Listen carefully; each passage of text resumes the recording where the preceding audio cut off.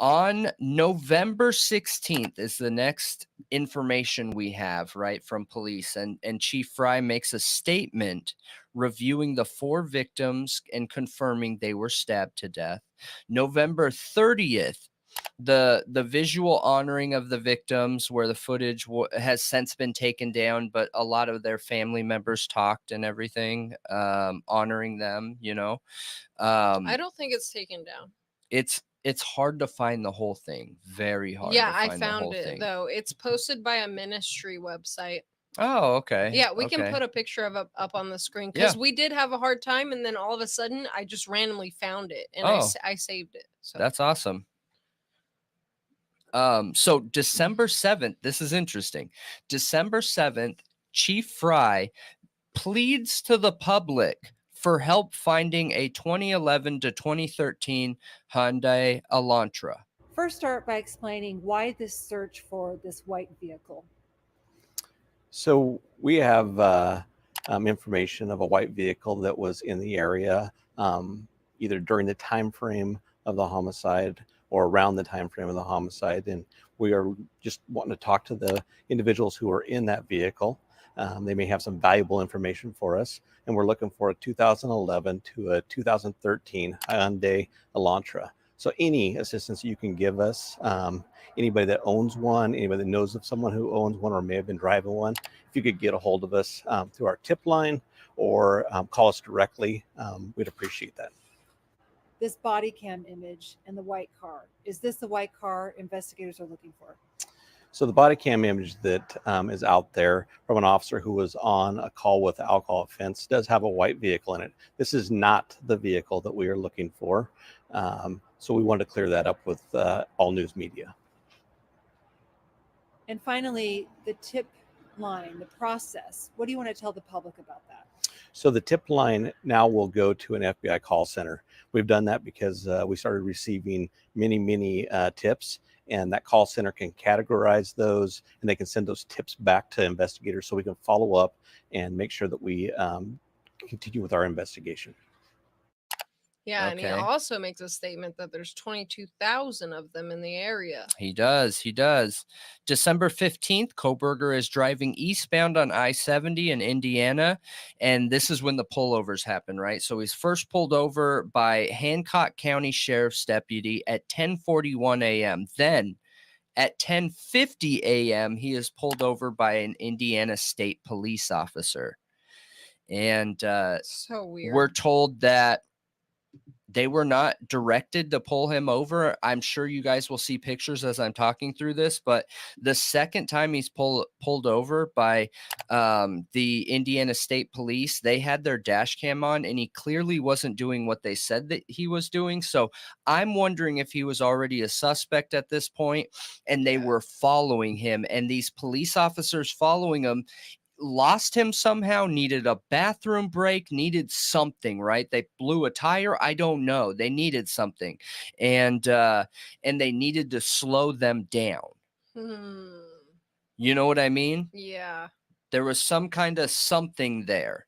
So December 27th, the DNA profile recovered from the garbage at Kohberger's house in Monroe County, Pennsylvania, matched that of the knife sheath left at the crime scene, according to police's affidavit. Okay. Now that was pulled by officers pretending to be trash guys going to pick up the trash. They were able to get this DNA evidence. They say on December 28th, the DNA was analyzed. So from the 27th of gathering it, they must have took off, went back to Moscow, and Idaho State Police analyzed this and confirmed with 99% certainty that it was Kohberger's father. So 2 days later, Brian Kohberger is arrested in Pennsylvania, and on January 3rd, he's extradited back to Idaho and charged with felony burglary and 4 counts of first-degree murder. Interesting stuff. I'm really surprised we didn't cover this topic beforehand, but there's so many questions in here. I look at this PCA, right? And I don't believe Kohberger's innocent. I don't believe he's guilty. I don't know what to believe yet because I'm evidence driven. All I know is when I read the PCA and with the expertise areas that I have and with the areas that we have researched now and looked into, I have so many questions, you guys. And then I go back and reread the PCA getting ready to do this video here. And I feel like this wording is so strange. Everything from Officer Payne saying he was involved in the DNA process to Officer Payne saying he was involved in the cell phone data creation. Yeah, that's weird. It is, dude. So That's weird. the That's why not possible. no, he said that he was on the phone with a cast member from the FBI that helped him confirm that what he did and said was true. Dude, that industry took years to even start to understand. That's not something you can just call somebody up and be like, hey, run me through this real quick. Like, just real quick, give me the Cliff Notes version and run me through how to do this. That's not how it works. No. I don't even think I felt like I could talk on the topic until 18 months after being hired in that industry. It's Wow. so much information and it evolves so quick. Yeah, and I feel like you explain it really well, and then like still some aspects of it don't make total sense, you know? Yeah. There's a lot of things to it that, you end up learning like what's the important stuff because there's a ton more even from what I talked about. That's not like everything, Yeah. But it's interesting seeing somebody like Officer Payne who has no experience in that and is a police officer making an expert report. Yeah. Beats Questions, me. dude. Yeah. I have questions. And I'm curious what questions you guys have. So I think it's a good idea that we take a look back in the past at this case every once in a while to get a little refresher. I'm glad I did this. And I hope you guys learned something you didn't know. I did. I thought it was interesting seeing the breakdown for Xana and Ethan's timeline and what could have transpired in that area. I'm not sold on this Fight Club thing, but it doesn't mean that it's not possible. Yeah, it's totally possible. I mean, it's not outside of the realm of possibilities. I have known people to host fight clubs before in the past, so it's obviously possible Kohberger did it. Yeah. It's just he would have had to have training somewhere to do it. And I'm not saying he didn't. I'm just saying that the time at which this was done with somebody who knew they could do this in this way and at this success rate. You know what I mean? But yeah. more than anything, I want to know what you guys think. I want to know how you feel about it. I want to know what stands out to you, what doesn't. If you didn't like the video, if you did, let us know. Yeah. From your favorite hot dog. Yeah.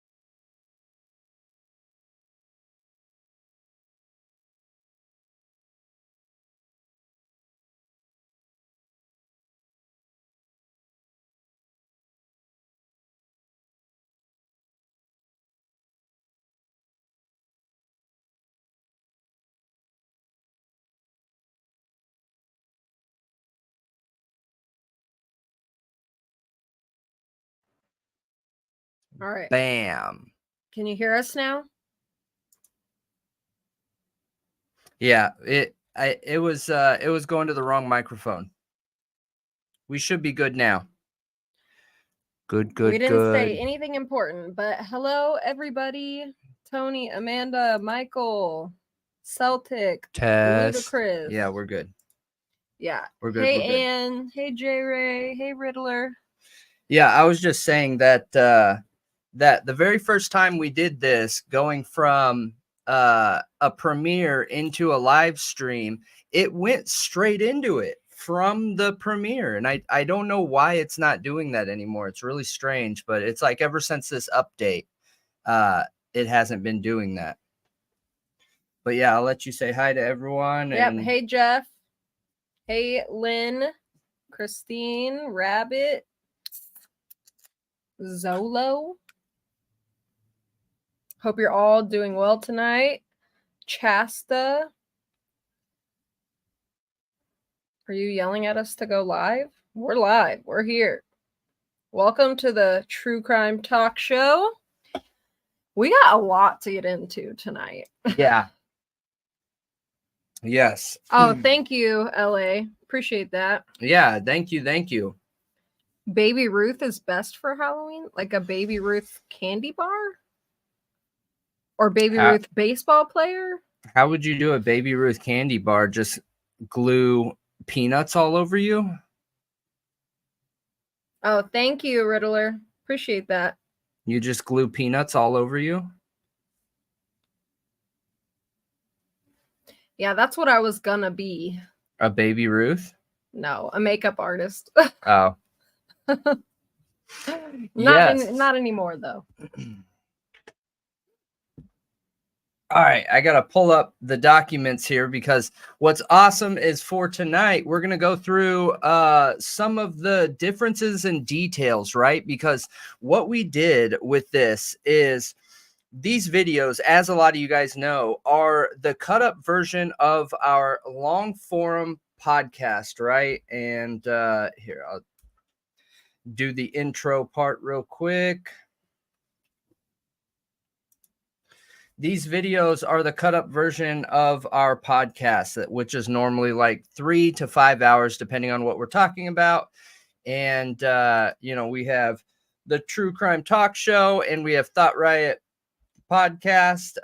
And then we cut up these videos into the smaller videos. So during that podcast, what we did is talked about this timeline first, the PCA timeline, and then we talked about the 4chan timeline, which we are doing a follow-up 4chan video this week. So I still haven't decided if we're going to name drop people yet. I don't know if that's needed or not. Maybe we'll just show pictures and include in the screen that, we're not going to name drop, that if there are people out there that are interested, they would be able to very quickly search and find out who these people are without having to like full on put them on blast, But I figured we could look through some of the stops on the PCA timeline, visual timeline we did, and then get into the Delphi documents, which those are a huge deal right now. Yeah, we reached out to the county clerk and they got those documents to us fast, man.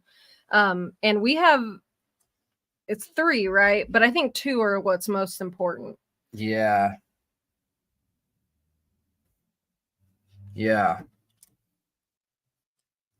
So we have those documents, and we'll go through those documents, and then we'll also talk about Drip Drop's video and some of the key topics that he talked about in there, which I thought was awesome. We had to talk about that video and continue the tradition because he's talking about some of the same things we're talking about. And what's interesting is we got to that conclusion from different points of the crime. And yeah. I think showing that shows a lot.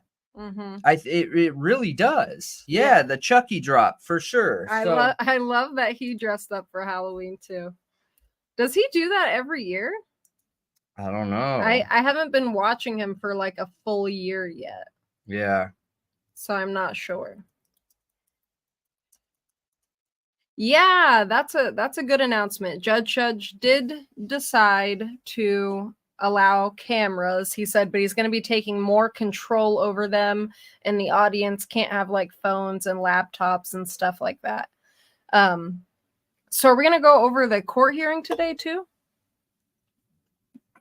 We can just touch on it. I mean, there's not a whole lot to it. It can be said in just a couple sentences that this court hearing was about getting them to drop the charges, and they didn't. Now, of course, there are more details to that. Drop the indictment, the grand jury indictment. Yep, drop the grand jury indictment, and they didn't. There's some more details to that, like you know, the evidence surrounding that, the how they agreed to get the grand jury indictment. But I personally wasn't planning on going into that, but we can.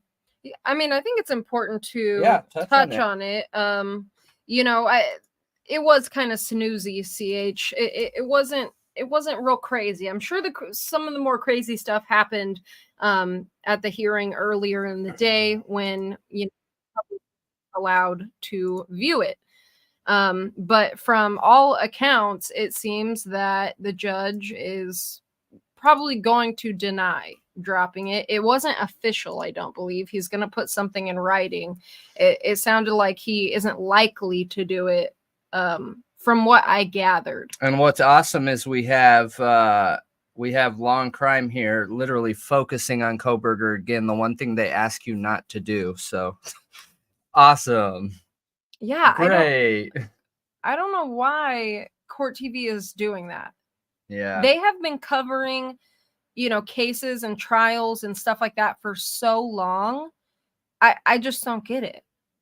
Why are they messing up like that? Yeah, I don't know. Like we almost lost cameras. Yeah. Why are you even risking it?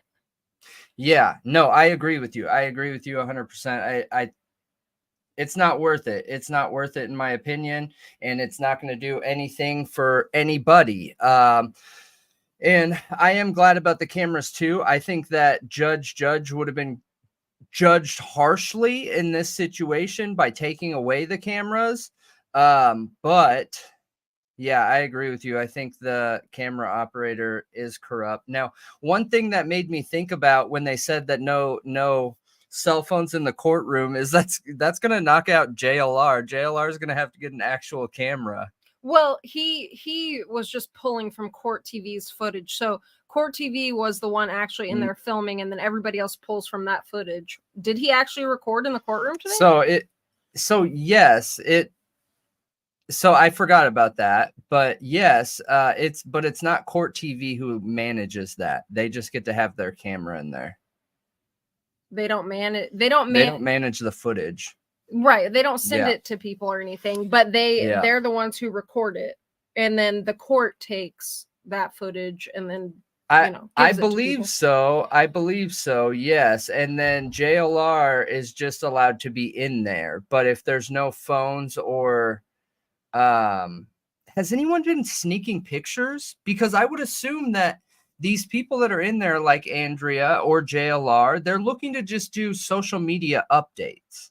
Yeah, I'm guessing there has been some, and that's why he made that statement. Oh, yeah, good call out, Tony. I did mean to shout that out, that Crime Sleuthin is actually going to have Xana's mom on tomorrow. Tomorrow, we aren't going to be live. We drop our long forum podcast tomorrow. So tomorrow will be episode 14, and we'll have a new spotlight and other topics. Some of them have already been posted on here. So if you guys are looking for a live to watch, make sure you go check out Crime Sleuthin, because Xana's mom, Kara Knodel, will be on there tomorrow, and we will do our absolute best to watch it. If I'm not there during it, I will watch it absolutely right after, but our plan is to be there. So yeah, I'm really looking forward to it. I think Crime Sleuthin is a really good person to do it. Yeah. And I'm glad she got to make that connection, and we're gonna get to hear more from Xana's mom and what she has to say, because we haven't got to hear a lot from the other parents. Yeah. So yeah, I agree with you. I agree with you. I'm curious what she's going to think or what she's going to say in this situation. We've gotten little tidbits about how she feels about this situation. She's actually brought up the 4chan theory on her own on Twitter and made a statement about it. That was really interesting. So I'm curious what she's going to say. I absolutely am curious. And to answer your question too fast, and our plan and what we're going to do from here on out, guys, or what we're going to try and do is we're going to have big blocks of talking where we're going to talk about a topic, and then we're going to come back to the chat and answer some questions. I just happened to see that come through, though, about the cell phone connection. If all of a sudden there were a bunch of cell towers out there, and let's just say it's in Moscow, and you had 5,000 cell phones connect to the towers all at once, they have the software in them to manage that correctly, where what they would do is they would pass off some of those cell phones to a nearby tower, or they would prioritize based on your plans. So if you have a business type plan and you pay a premium for cell phone data, there's a 4-level prioritization process, and some of them have 5, but they're the lowest tier, the next tier, the next tier, the next tier. Normally on the lowest tier, you have like tablets, Wi-Fi's, things like that aren't cell phones. Then next you have flip phones, 3G cell phones, some of the older cell phones. Then you have the newer cell phones that are 5G. And then that top tier is normally your business or premium paying customers. So any cell tower will automatically prioritize that, and it won't cause towers to go down. So what I think you're referencing, though, is that we have a lot of people who have talked about a potential loss in network, and that 911 was down, that all these things were down on the night of the crime. Now, what's interesting is 911, if it is routed through a cell phone connection, it actually uses different towers and different networks completely. So those towers that we showed on the pictures from last night that were red, those are some of those towers, and it would route it through there. If, let's just say, okay, let's go down this hole here, that 911 went down and all the cell phones went down. If I had to guess what was going on there, it was either A, the FBI was in the nearby area, and the only reason why I believe the FBI is in the nearby area, not because they're connected to what happened in Moscow. I think the FBI was in the area because they were working on the biggest bust that Washington has ever had, and that a bust of that size can take a year or more. So they are boots on the ground, talking, leaning against people, trying to get work done, trying to see if their newest suspect is in the area. They absolutely use stingrays and dirt boxes, and when they flip that on, it cuts all cell phone coverage of everybody. Literally everybody loses. What about internet? Everything that is used through a cell phone tower, everything. And routes it to the stingray. So could that have happened, and it was just a coincidence in during the time of the crimes? Yeah, it could have happened. Another possible theory is people with the right experience can create these stingrays where not that they're gathering information, but they're interrupting information. I could create one. And it's a little handheld device that, as long as it's plugged into a powerful enough supply, I could interrupt all the cell phone coverage for whatever tower I was by. That could have happened. But that's the only thing that I could deduce in that situation that I think you're referencing. So I hope I answered your question there. But look at that. We got a new member. Did we? Mikey. Yeah, Mikey. Good to see you. Yes, Welcome. absolutely. Mikey's been with us for a while, though. I've commented and we've talked in comments and things like that. So super glad that you're a member with us, my friend. Oh, and he gifted a membership. Oh, that is awesome. That is awesome. Yeah. We appreciate that. Yes, we appreciate you very much. Thank you.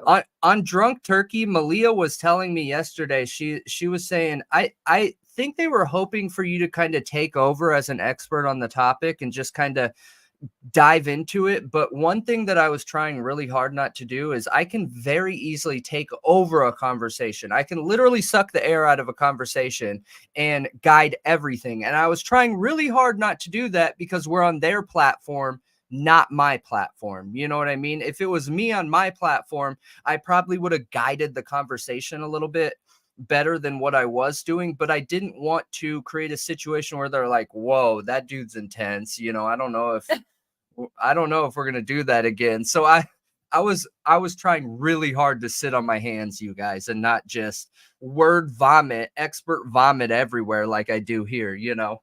Yeah, I tried to push it a little bit to get you to go in more depth, and then I ended up like saying some things because I feel like you weren't saying them.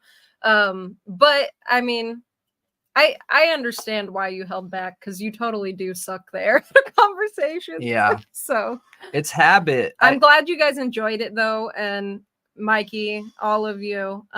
We love Drunk Turkey. They are awesome. Yeah, they're really respectful. They're nice to talk to.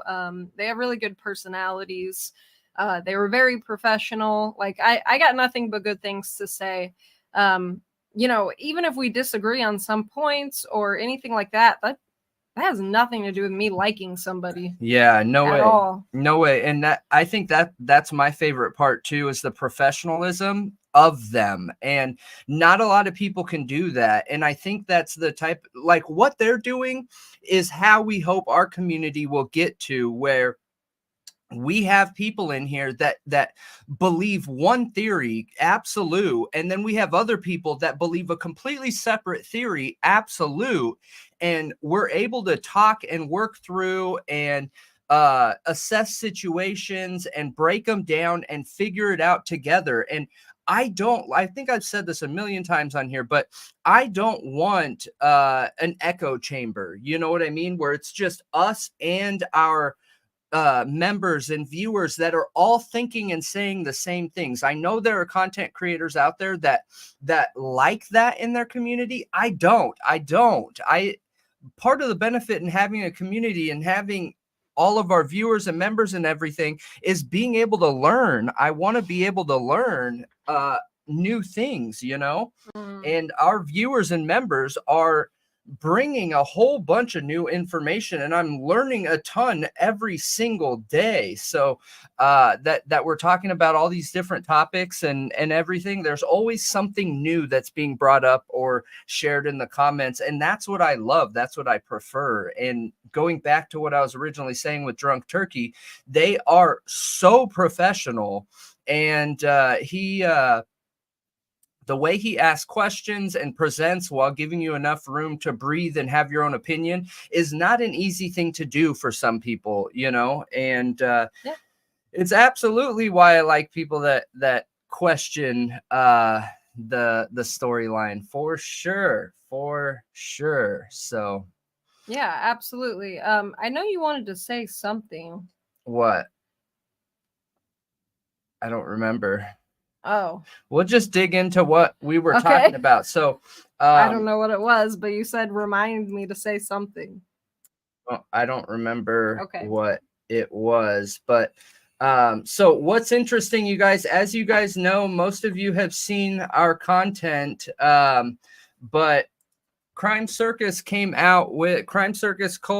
came out with a new video on Brian Kohberger. It's Sus to Us, and you guys really should check it out, because like I was just saying, he's leaning into some of those same aspects that we are surrounding this topic. And we're going to be coming out with a part 2 to the 4chan theory, and it's good. There is good information out there, and there is part of that part 2 theory is one of these guys being involved in a completely separate, heinous crime, dude, where he literally ended a family member. And I don't want to go too much more into it because we'll be talking about it on that video, and I'm sure we'll do a live after that.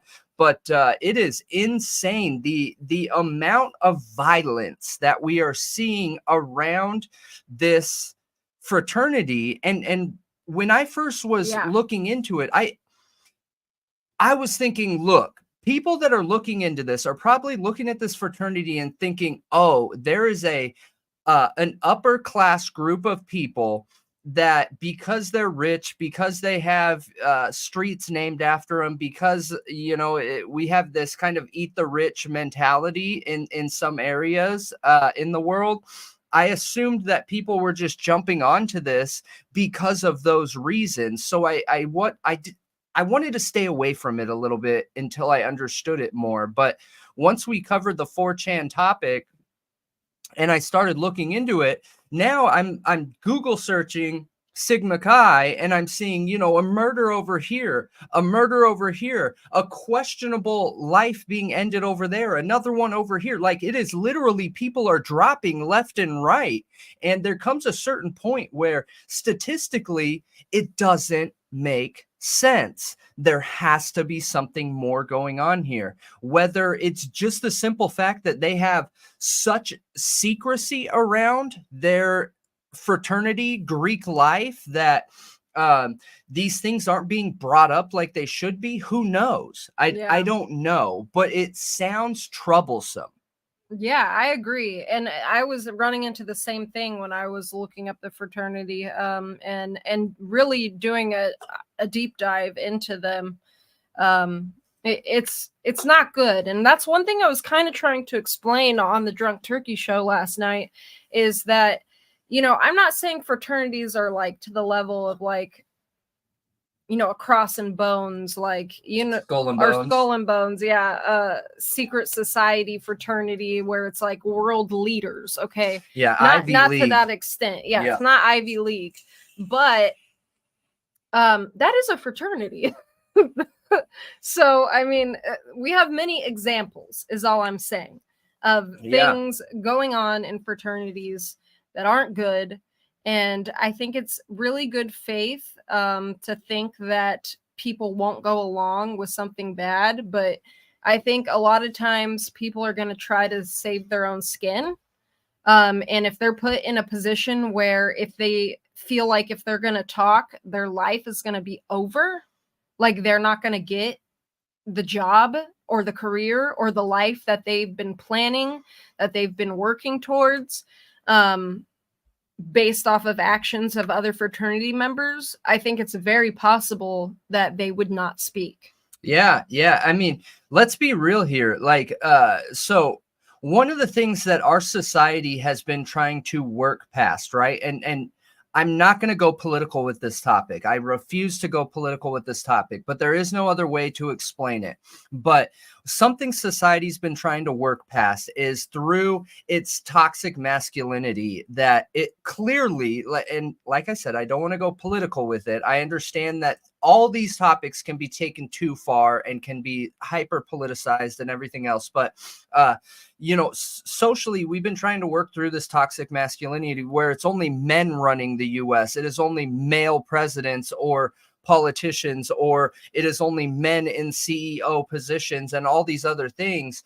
And I feel like the Greek life is holding us back in a lot of those areas where you have fraternities that are hyper masculine and the sororities that are. So when you start looking into Greek life, sororities are there to cater to and or help the fraternities, which is that like what we're trying to work past. You know what I mean? Misogynistic, like patriarchal type thing. Yeah, absolutely. And, I think that could add to all of this, because there is that major separation in belief system that we're seeing between Greek life and where the rest of society is going, that it'll continue to widen the gap between, people wanting to come forward and do the right thing and speak up, because in their Greek life, they're going to have a difference in what they're seeing in the rest of society, including police, including, you know what I mean? Yeah. And I mean, fraternities also give you a leg up on starting life, like because of those connections. Connections and networking is incredibly important. And if you have a fraternity, a brotherhood of people where they will keep your secrets and they will uplift you, give you recommendations, do anything to help each other be successful, I think that's just, it can turn into something not good very fast. Absolutely. And I think a lot of people are missing that point where they look at this, right? And I think Drunk Turkey was looking at this in this way too, where they were like, how could somebody commit a crime in this situation if the 4chan theory is correct and all these people not speak up, all these drunk fraternity dudes not speak up? And I think it's very possible because one, are they worried that they're going to lose their spot in a fraternity? Are they worried that they're not going to have that easy into the law office that they're going to school to become a lawyer for? Yeah. Are they worried that they're not going to have that banker position, that trader's position, you know what I mean? All these high-powered, high-paying position jobs that fraternities help you get into, and that changes the course of their entire life. Absolutely. Like,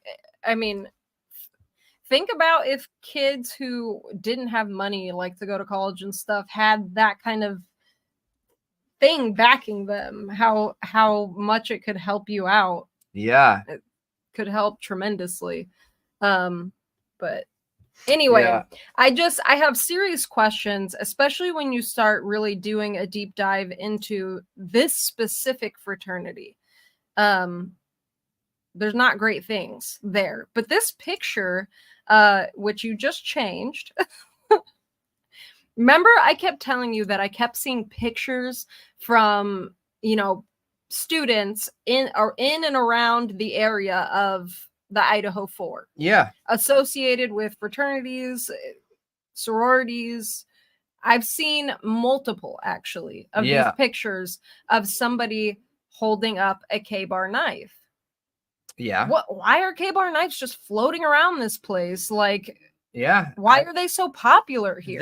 That does look like a K-bar. And I don't think I don't think Chucky said that that's a K-bar. I believe he said that that's a large bladed weapon or large bladed knife. And I think that is a K-bar. From everything that I know about K-bar and all the research that I've done, that looks like that smaller K-bar version because of the handle being leather. So K-bars notoriously have that compressed leather handle, and that very basic, what's that called, handguard, that very basic handguard there that just keeps the knife from slipping. Now, if I could just see a little bit further down, I would be able to see if they had those cutouts that they're notorious for having, but yeah, I agree with you. I don't know why there are just knives floating around there, but to be fair, I mean, I do think there's a lot of hunting that goes on in that area because of where it's located.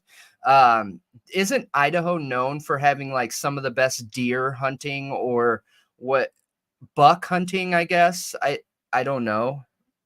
That's not my area of expertise. I don't know what they hunt there, but I think that it's really good. Deer and, is it? Yeah, I think it's deer and other things. Oh yeah, here they in their recruitment video. They have a guy holding a buck up by the horns. Oh, yeah. I wasn't sure if they hunted like deer or if it was like dolphins and stuff. It's not alive. I assumed that. But yeah, I guess I can see that, but is a K-bar a very popular choice for specifically hunting? Because isn't it a military knife? Like, I don't know. I come from a part of my family that were hunters. They went hunting every Thanksgiving when the family was together. They went hunting literally every season that they could. And none of them ever had a K-bar, and they were even military, and none of them ever had a K-bar knife. That's strange. I think the best person to ask would be Michael, because I wonder if it depends on if you're going to have a K-bar, on what branch you're in. You know, is K-bar specifically Army and Marines, and then like Air Force and Navy are different? I don't know. I don't know my military enough to know what knives are preferred for each branch of the military. Okay, so I think we're seeing from the chat it's elk. It's elk, okay. Which I okay. do know in Washington specifically it's elk, so that makes sense. And also I think I heard from some family who lives out there that the deer out there actually is not that great. It's way better in the Midwest. Over there the deer is like really tough, and I don't know why, but apparently it's not as good over there. That's interesting. That's interesting. Well, I would be curious, and that's probably something that I'll look into before I do the second 4chan video, just to understand a little bit more of what's the likelihood, like why there are so many bladed weapons in that area. You know what I mean? Yeah. Also seeing wolves. The downside of a K-bar is that it's heavy. Interesting. Huh. Yeah, make sure if you guys haven't watched this video, that you check it out. I enjoyed it. I enjoyed Drip Drop being dressed up as Chucky, or Chucky presenting for Drip Drop. I did think this was interesting. Now, this goes a little tin hat for me, just because I don't know what the importance of this could be, except for the fact that it could be a representation of some kind of group of people in that area. You know what I mean? Is this some sort of ode paying to a group of people in that area? I think anything is possible. Absolutely. I think anything is possible with the card here. The tarot card. So I wasn't convinced that it's a tarot card. I only have one deck of like the classic tarot cards. I can't even remember what they're called. But I have seen tarot cards that have similar imagery to this, but so, like the text, like, I don't know, it just doesn't strike me as a tarot card. It struck me more as like a religious handout with like a Bible verse at the bottom. Yeah. Yeah. Okay. Yeah. I see people agreeing with me. Okay. That's what I thought too. Right. It's a weird deck if it is. Thank you guys. I didn't think it was either. Now, I thought it could be because of why the outline here of the card itself having, I feel like you see that a lot in tarot cards where they have that real detailed outline around the picture. And I wish I could just read what is underneath here, but I don't know. I did a little bit of searching around tarot cards and it being Michael the Archangel. And I know there are, I think it was called Arc something tarot cards. So like there are tarot cards out there that are Arc something. Now does it have some kind of relevance? I don't know. Where did this card go? I don't know. It's kind of funny that it looks like he has a presentation here set up. It looks like his background is one of those things where you're setting up your office how you like it, right? So why was it there on one video and then the very next day it's not there? I don't know. I think it is a good thing to point out and a good question to ask. Does it have any relevance? I don't know, you know? It's an Archangel prayer card. Thank you, Al. Jeff, let's go to his community post. I want to see. Chief Fry sent him 2 images of it. Whose? To Jeff, your Jeff. Community? His community tab, yeah. Yeah. What? Thank you for that, Jeff. I would love to see it. So, Jeff the musician, I think is what you're. I think you just type in Jeff H and it'd probably pop up, but I don't know. I would just try. There's got to be a space. You didn't put a space. I'm pretty sure his channel is Jeff _the_. So did Chief Fry clarify anything? Okay, it says at the bottom, it says a police officer's prayer to St. Michael. Okay. Jeff, type your name out in the chat for me. Here. because I know you have a long name, so I don't have to go digging into our hang on.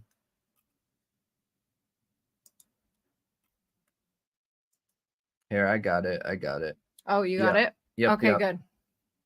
Never mind. Okay. Okay, here we go. And shout out to Jeff. I don't know if you were on there, Jeff, when I gave you a shout out on the video on the timeline, but Yeah, good work over at Jeff's channel. yes. Oh, okay. Chucky this time.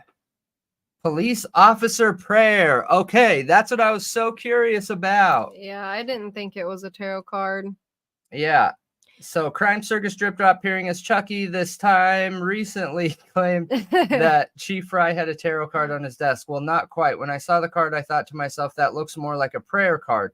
I Googled and found a card that was close, but not exactly the same. So I decided to email Chief Fry and ask him about it. Chief Fry responded to me promptly and offered to snap a photo of the cards front and back. The first two images I posted came from Chief Fry.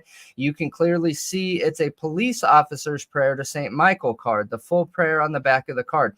I'm encouraged to see Chief Fry has a card like this close to him.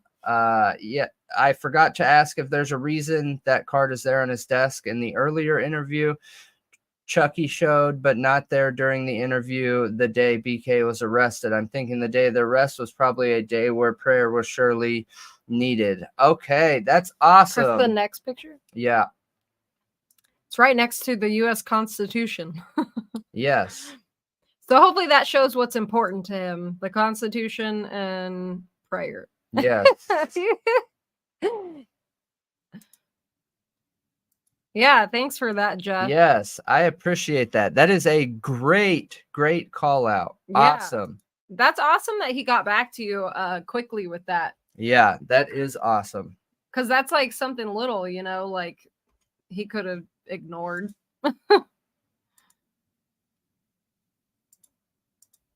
Yeah, absolutely. Where was... Okay, so he talked about the golf clubs again. Yeah, I mean, why do you guys think that the golf clubs were taken as evidence? Because everything that I was seeing people saying was that the golf clubs were downstairs in the bedroom that was unoccupied. Yeah.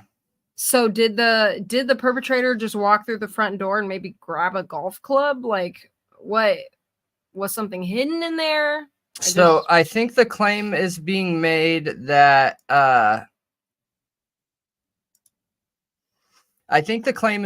So one thing, okay, and a lot of people responded to this. So I'm going to have to find this to show everybody.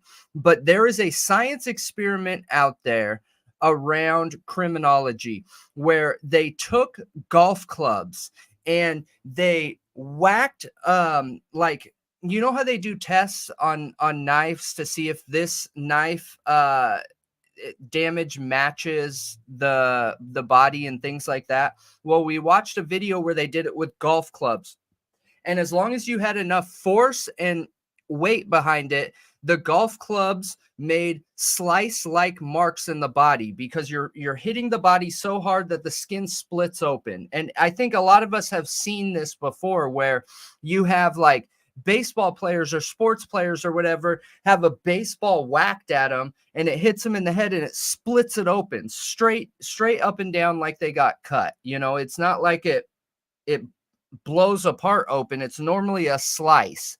And could that have been some of the damage that we see on these victims, and it's being mistaken as a knife injury? You know what I mean?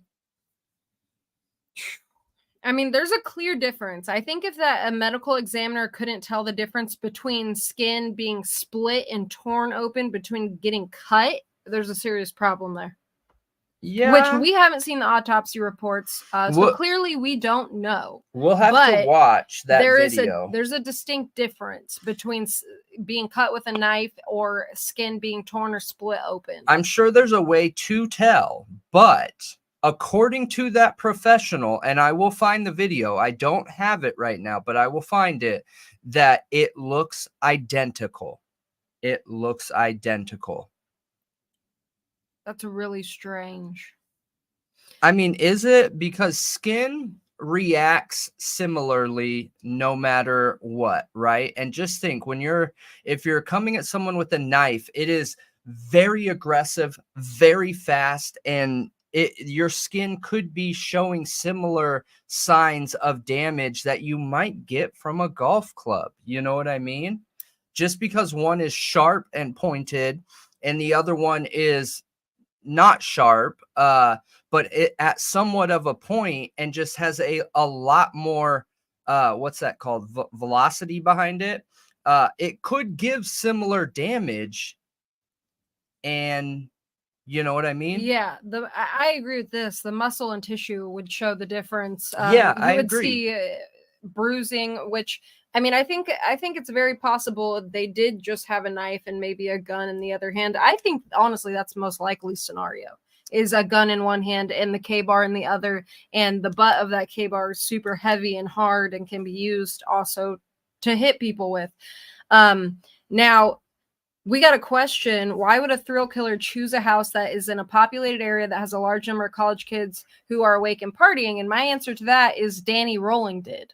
The risk can sometimes make the crime more thrilling. Yeah. Well, I mean, even Bundy did too. Now, do I think that's what happened in this situation? I don't.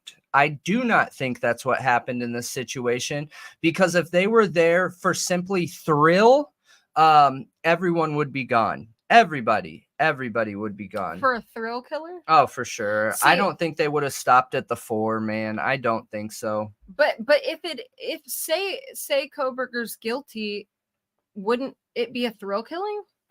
Yeah, I think that it very well could be. Or there's more to the story we don't know. Or there's more there that we just don't know. I do not think that the current storyline, whether Kohberger is guilty or whether Kohberger is innocent, is a thrill kill. I do not.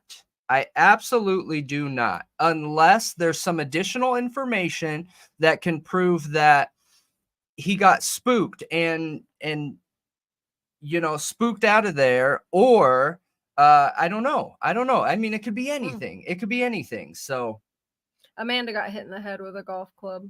Oof. Got a scar, didn't need stitches, but blacked out and hit the ground. I'm so sorry about that, but that's crazy. Yeah. I personally feel like the 4chan theory is just as likely as the PCA currently. And here's the thing. A lot of people lean on this idea that the PCA is the truth. Okay. If it's the truth, then why are we seeing things in the PCA one after another that are not trustworthy and are not true? One that I can lean on myself is that cell phone evidence. It is not possible. It is not possible for somebody to just create a cell phone layout or cell phone triangulation on their own accord. And it says that in the PCA, that he was on the phone with somebody from the cast team who assured him that his cell phone data was correct. Dude, there's no way, not possible at all. Not possible. Yeah, I mean, I have a lot of problems with the PCA. It's more than just that. I think it's been picked apart over and over and over, and there's a reason for that. And I think, like you were saying on Drunk Turkey last night, I think you're correct that they brought this evidence knowing they didn't have enough to support all of it, to later backfill it, which is not a great tactic. That's not a good idea. Yeah, I agree with you. And I'm trying to figure it out, okay? Because they arrested him when they arrested him, and technically they could have waited and gathered evidence And I don't know why they didn't. I have no idea why they didn't. You know, a lot of people say that they could have let him be at his parents' house, right? And kept an eye on him and watched him. And they could have got his DNA from his apartment and done all of this secret. And they didn't. They chose not to go that route. Instead, they chose to follow him across the U.S. and they chose to, you know, with all the TV cameras but no police body cam, go to his parents' house and get the DNA and everything that way. Very up in your face, open and out there. And I'm not 100% sure why they did it that way. I just don't understand it. It doesn't seem like it's the easiest or the most conducive to a good investigation doing it that route, but they did it that way. I don't know. I don't know. I wonder if they did already have his DNA and they got it another way, a different way, and they used the parents' story so that they didn't get in trouble.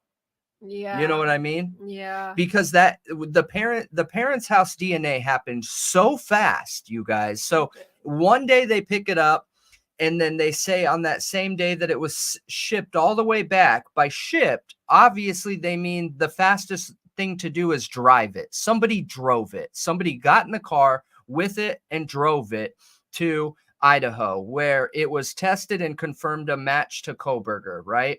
Well, that would mean that in less than 24 hours, they got that DNA, got it in a car, drove it to Idaho, had that tested, and then had that confirmed against the other sample they had, and then they did the arrest. That again is a very short timeline, like very short timeline. You know what I mean? Yeah. There's no way it was driven. Yeah. Maybe that's the only option, is two guys just driving it through the night. That's why I'm saying that there's something questionable here. You don't think they could have flew back? Yeah, maybe, but I would assume that would take just as long. Could they just ship it? Could they mail it? I mean, that's way longer. Oh, they flew BK there. That's the only way to do that. But I would be blown away if the FBI approved them to use their jet to take that evidence there. And that's the big question mark I have here, is I don't think that's likely. I do not think that's likely. I think that they verified the DNA a different way, and they did this for the official story. That's what I'm thinking. But do I know that? I don't. FBI jet, maybe. Yeah, I have no idea at all what it could be. I want to say hi to Rumsey, though. Good to see you, Rumsey. I have no idea about the computer, by the way. I'm not sure. If anybody has an answer to her question, though. What? The day BK met for his interview, he used the computer at the station, ? Oh, gosh, I don't know. I'm not sure. It's a good question, but I have no idea. Yeah.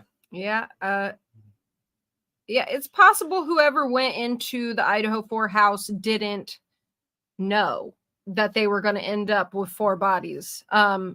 But in that case, why didn't they keep going when they saw Dylan? See, what I think could have happened is they got spooked. And they thought, like, oh, I didn't know this person was here. They could have already called 911. That's a big risk, you guys. That is a big, big, big, big risk. I agree. That is a huge risk to take. Because even if you thought they called 911, why wouldn't you just attack them real quick and then leave? Like, why leave them there as a witness having seen you? Yeah, I agree. I don't understand it. Unless he didn't see her. I don't understand it. I don't understand it. Yeah, I don't see if you were casing that house ahead of time.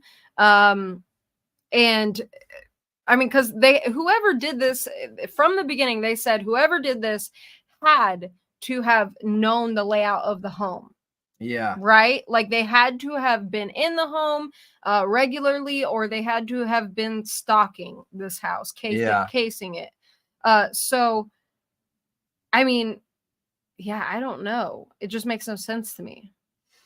I don't you would either. know. I'm having a hard time You would understanding know. it. You would know there's a ton of people in that house at all times. That's why I'm hoping more evidence comes out. And we said this on the Drunk Turkey show, and I mean it 100%, that I hope law enforcement is right. I hope Brian Kohberger is guilty, because why this case is so important to us has nothing to do with Brian Kohberger. Nothing whatsoever. It has to do with the fact that we want a justice system that we can believe in. We want a justice system that is fair, that is honest, and that is good faith, right? That is actively working to keep our society safe and protect us and hold accountable criminals that break the laws that have been put into place by the community and society.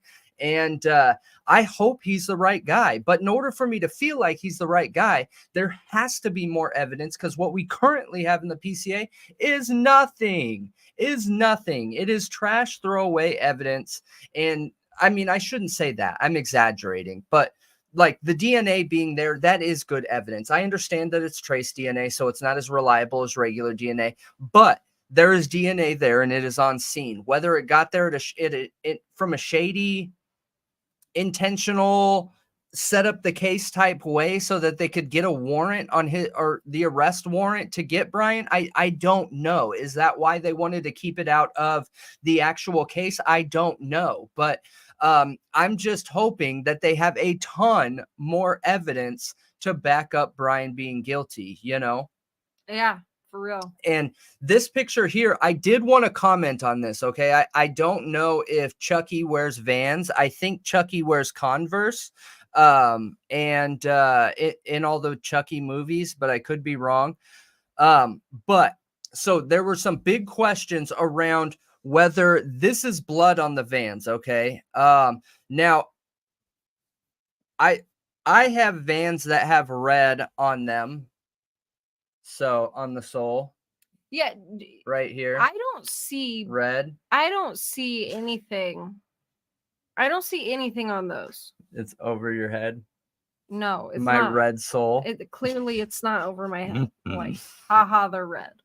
So, where I'm going with this, though, is for people that wear Vans, okay, and I've worn them my whole life, there is always a red logo on the back, and always there is this weird buildup right here on all of them. All of them. That's why I usually get black ones that don't show anything on the sole, but on these red ones that you guys can see here, that buildup, that looks identical. Close. It's too close. It wasn't focusing. That looks identical. Yeah. That's what happens on these shoes. I don't know why, but always. So I don't think there's good.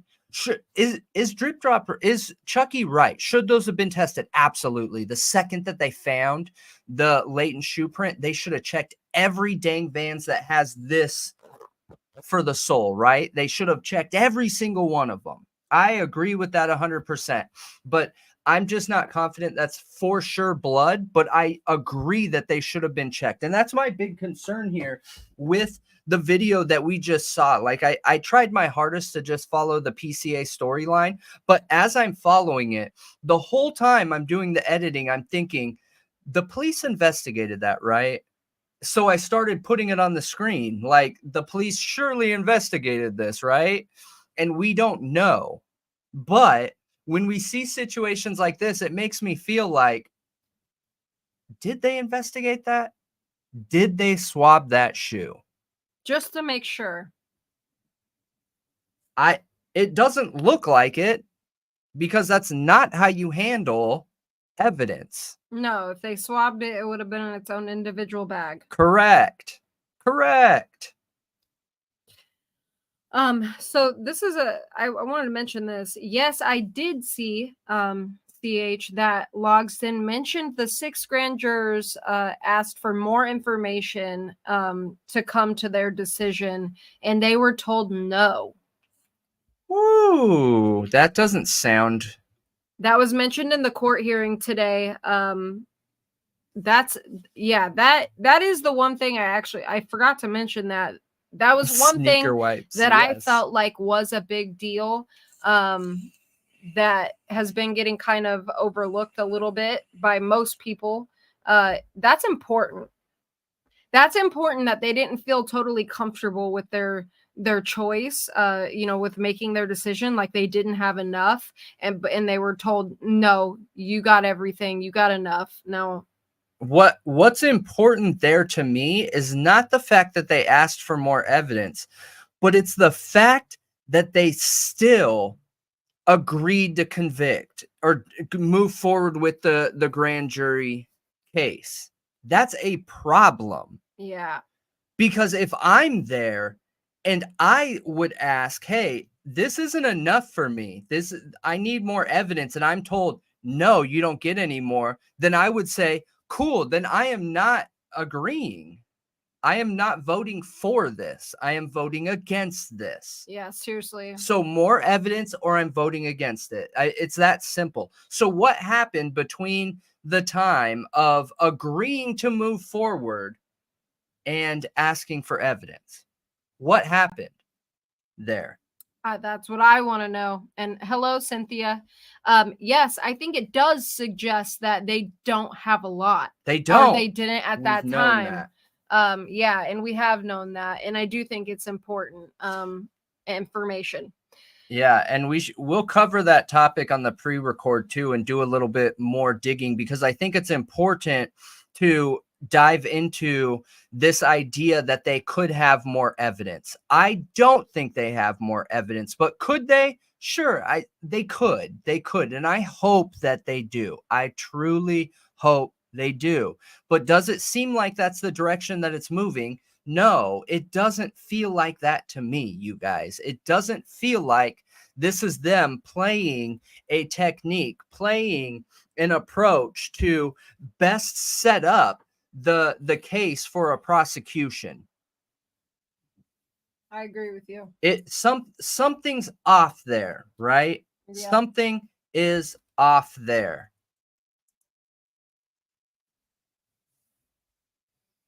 Payoffs, maybe. Yeah. Okay, so let's go back to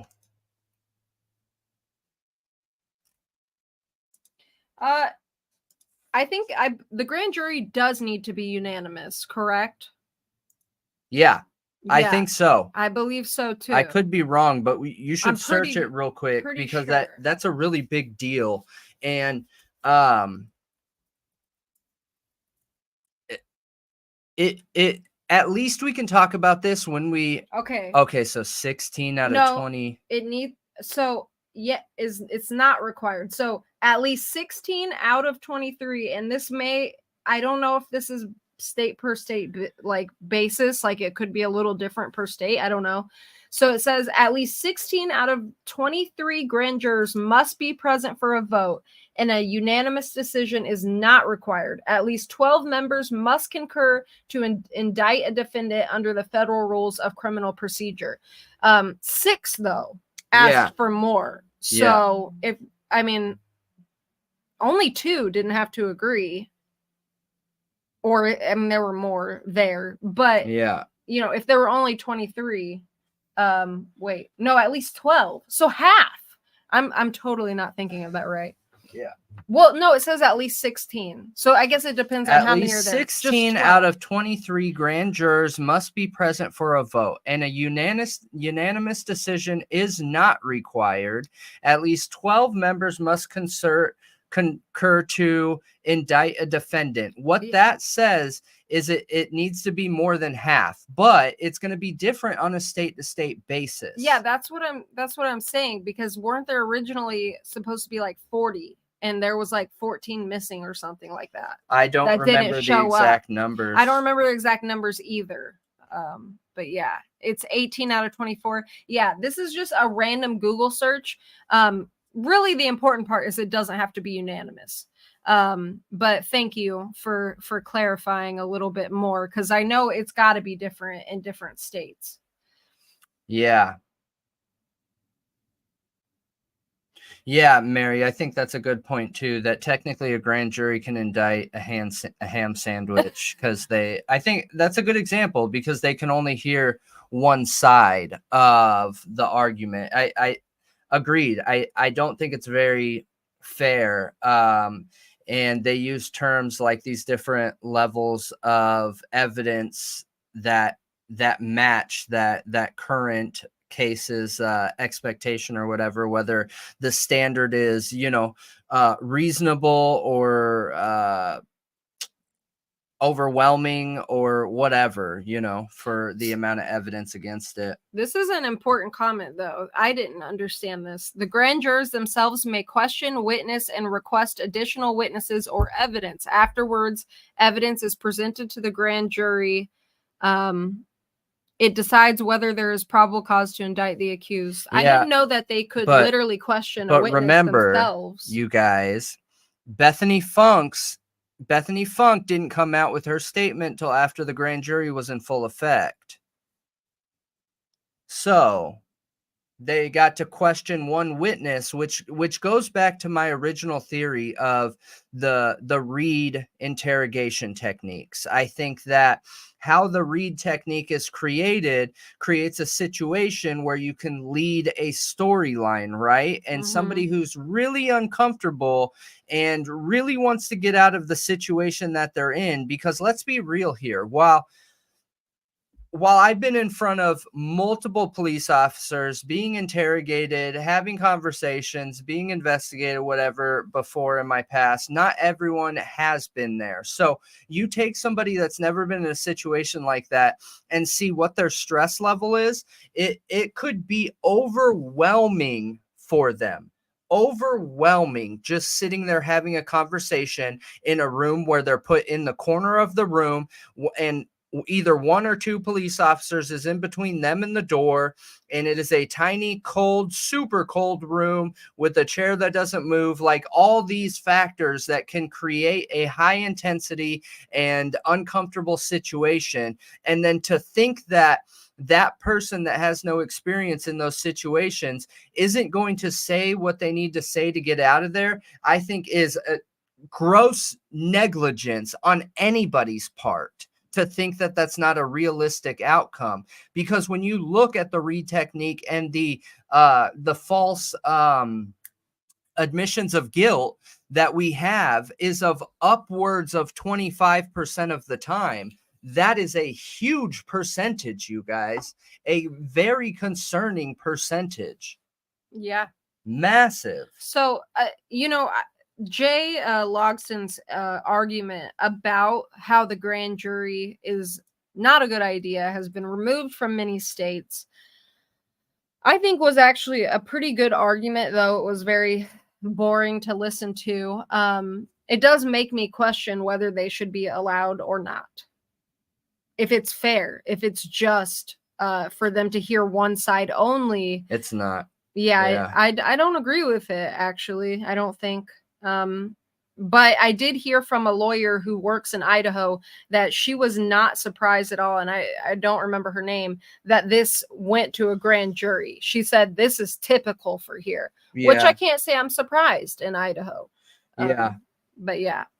Yeah, and Ludacris, that's a really good point. That I don't like that Dylan is the one in the PCA and Bethany's input wasn't even hinted at. There's a really good reason for that. It's because Bethany's statement wasn't out yet. Absolutely, 100%. Bethany's statement was not out yet. Do I have any evidence of that? No. I'm giving you my opinion, which I don't do very, very often. But there is no other way. And the reason why I am so positive that Bethany's statement and opinion and account of that night was not out yet, because as soon as it did come out, the defense jumped on that like a shark that smelt blood in the water, man. And we saw when that happened. Yeah. And they flew out there, and literally flew out there to Arizona to interview her immediately. And that was weeks after the grand jury and everything. It's because that statement wasn't out yet, because the prosecution knew if we include this and there's exculpatory evidence for Kohberger, then we're not going to get this grand jury indictment. So what, and this is common that they only put in the evidence that is going to convict for the grand jury, move in their favor. That's why it's unfair, because it's one-sided. They can leave out any pieces they want, and they can give any pieces they want. So this must not be a huge win for the prosecution, and they chose to leave it out, I think. Well, Bethany Funk's, her statement isn't out to the public, but I do believe that it's at least out for the defense and the prosecution. So I think that's what Brendan is meaning by saying that it wasn't out yet and it is now. Like, they have it, we just don't have it. And I think that's the only way for them to even make the claim that it contains exculpatory evidence, is that they have a statement from her now. Yeah, and that evidence wasn't there when this case started. It was not there when this case started. Well, that's what's confusing. Otherwise, Ann Taylor wouldn't have flown out there 6 weeks ago in a hurry to get that. Right. So I'm just curious why she didn't make a statement right away. Why did Ann Taylor have to fly to go get it? You're preaching to the choir. I know. That doesn't make any sense. I'm telling you, it's because it wasn't out yet. She did not come forward with this yet. I'm telling you. There's no way. Or did she not make an official statement? So they left it out. They didn't write an official statement because it didn't go with their narrative already? No. So okay, let's start from step one here. So step one, the crime happens, the 911 is called in, and the police show up on scene, okay? What they should be doing is first, before anything else, securing the scene. Second, what they should be doing is bringing in any potential witnesses, and in that situation, that would have been Bethany Funk, that would have been Dylan Mortensen, and that would have been all the people that were on site before the police got there. And you would have pulled them into the station and started conducting interviews right away. That's what should have happened right away, before anything else, before they talked to anybody, before stories could get straight, literally before anything. Did that happen? I don't know. Did they pull everybody in and Bethany Funk immediately said, hey, I'm going to call my lawyer. I'm not going to talk to you. I'm going to call my lawyer. Innocent people do that too. That's not saying she's guilty in this situation. If I was pulled in to a police investigation, my very first statement would be lawyer, even if I'm innocent, because I don't know what I'm allowed to say and or not say. And I treat the police in the same respect that I treat everyone. I'm going to treat them as nice as I can possibly treat them, but that doesn't necessarily, I'm going to let them hold my life in their hands. You know what I mean? So did she choose to not say anything at that time? And the lawyer was like, look, this is a horrible situation. We're not going to say anything at this time. So, you're either going to arrest my client or we're going to go. Yeah. And then it came out later.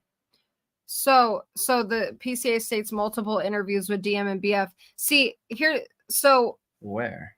Yeah. Where? But also I think it's possible that they could have tried to interview her and she wouldn't really speak up, or like a lot of our chat is saying right now, so a PCA is one-sided. It is one-sided. Yeah, it is. It only shows the best evidence towards the defendant and excludes exculpatory evidence. It excludes what doesn't point towards that person. Yes, correct. So that would make sense that her statement doesn't implicate Brian Kohberger, which is why it wasn't in there, but they did have a statement from her, and the defense didn't have it because they didn't get it until they got the discovery. Yeah. Yeah. I think she does know something. I think she does. I mean, she has to.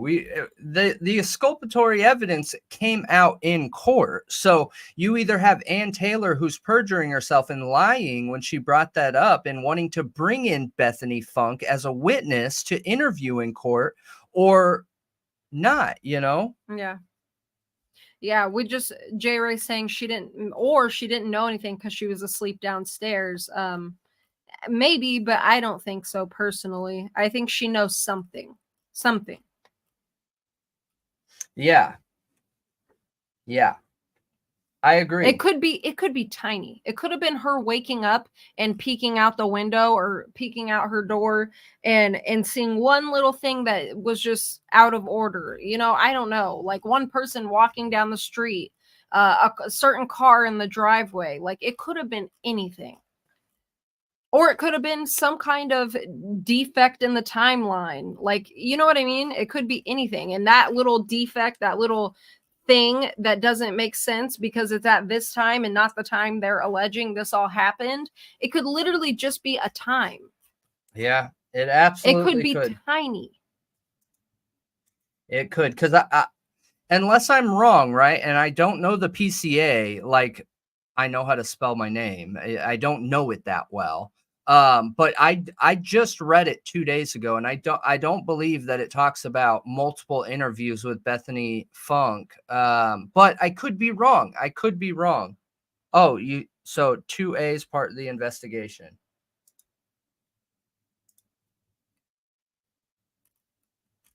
Yeah, I've read it a few times, but I don't have like the greatest memory. I remember the hard-hitting parts, but yeah, that's not it. Yeah, I get it.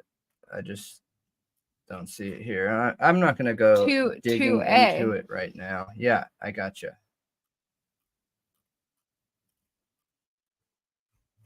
Bottom of the page. Yeah. Share it.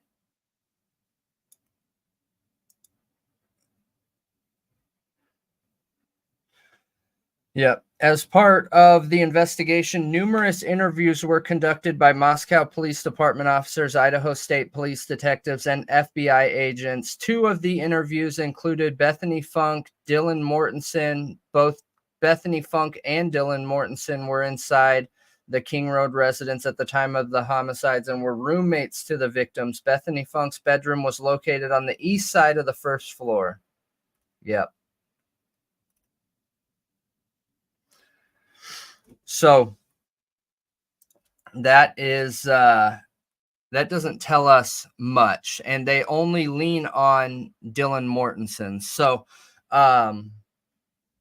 yeah. Bethany Funk was seen at the frat house. She's the one who saw Xana and Ethan at the frat house that night and would have been there for the fight if that truly did happen, which I do believe it did because Xana's mom confirmed it essentially because she said Xana called her dad that night. I'm curious if that has something to do with the exculpatory evidence, what went on at the frat house and going home and anything like that. Like that's the angle they might be trying to take. Maybe. I don't know. Yeah, I agree.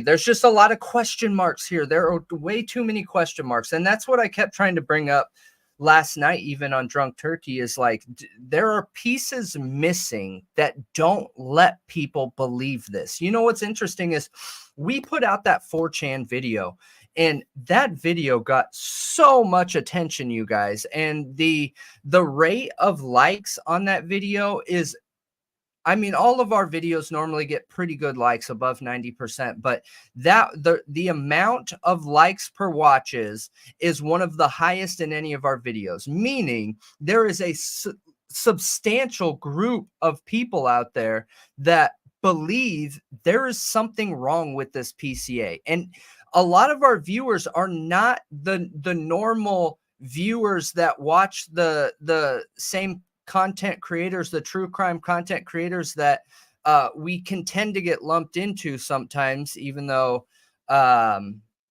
we're different, being a talk show and everything, and we talk about everything. But you know what I'm talking about with like all the true crime content creator community, right? And we have a whole bunch of viewers that come from our podcast and people that aren't involved in that community. And even we were getting so much response from them saying, this is insane. I didn't know about this. I had no idea. This makes so much sense. Yeah. So the response in general was just huge. Yeah, which is great. And I mean, I'm glad people are asking questions. I always think that's what's most important in situations like this. It's just analyzing and critically thinking. I'm kind of distracted because of what Michael just posted. What? Just FYI, U.S. just carried out airstrikes against Iranian militias in Syria and Whoa. Iraq. Thanks for that heads up, Michael. Not great news, but we appreciate the heads up. Yeah. The only thing that I hope is I hope that Iran doesn't. I hope that we did that with the agreement of Iran, and that's not going to be looked at as a declaration of war. Same. Yeah. That would be really crappy. Really crappy, dude. But Iran has been a hot topic for a very long time because they just do not want to follow the nuclear accord or whatever it's called. And we've sabotaged their nuclear program over and over and over. Yeah, that time gap is sketchy, I think, and I think that CH and in our chat is onto something, that they left her out of it because of the fight and maybe some other things, because that doesn't go with the suspect, and that's a huge red flag. Oh my gosh, they got in a fight that night. Yeah, like that's what I'm saying. They got in a fight that night. Okay. Yeah. Like that's a big deal when you have 4 homicides on your hand, that 2 of the people, well, 3 from the home are there. 2 of them got into an altercation with somebody that night. Yeah. And you guys, when I said that Bethany Funk's statement didn't come out, I just mean that it wasn't openly out there for both sides, the defense and the prosecution. If I had to guess, it's either A, she lawyered up and didn't want to say something, or B, it was a technique of approach by the police and prosecution. I think that it could have been because it brought question marks into the possibility of it being somebody else, right? And that this is the continued battle that we're seeing here, that any evidence that could point to somebody else, they do not want to give to the defense. They do not want to give to the defense. Yeah, which is a huge problem. Yeah, absolutely. Absolutely, it's a problem. Thank you, Riddler, for some more clarification. Yeah. It was a retaliation for attacks on U.S. troops in the region. Oh, yeah. Okay. All right, let's pull up this. Delphi. Yes, the Delphi documents. It's a huge deal. Insane. It's a huge deal. Just reading over them, I was shocked. Agreed.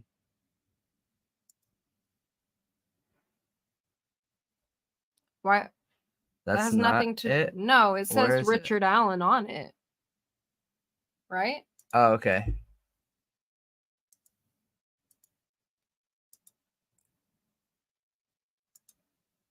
Download.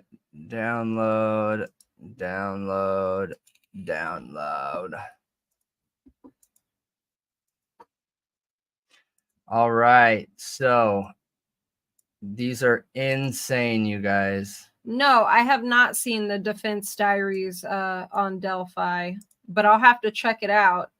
Bob Mata, right? Was it good? What did he talk about? Yeah, the Delphi case really bugs me too. Where I'm missing one. Where are you? So I got Alan notice, Alan motion, Alan notice, Alan motion. Oh, one PDF. Okay, so where's this one PDF? Right here. Bam. All right. Let's see here. Let's do open with Chrome. Open with Chrome. Open with Chrome. Open with Chrome. Oh, he was losing it today. I mean, these documents are crazy. If he was, yeah, it's crazy. This case is really, really important.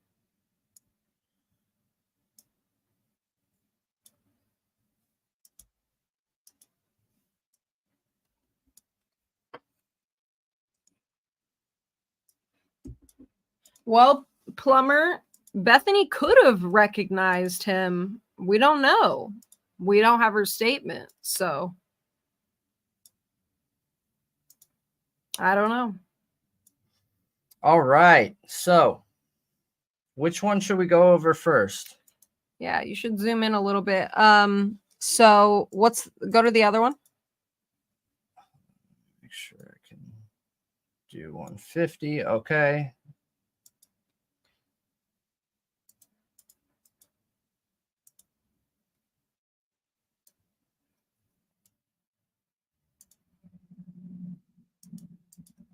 Yeah, this one.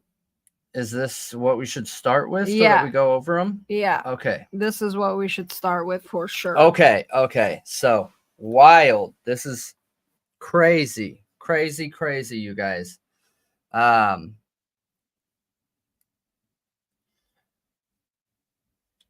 right. So,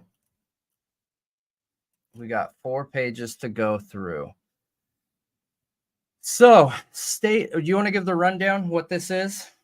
It's just, so we heard, obviously in the last Delphi hearing, everybody was sitting there waiting, and then the judge comes out and says it was so unexpected. Both lawyers just stepped down.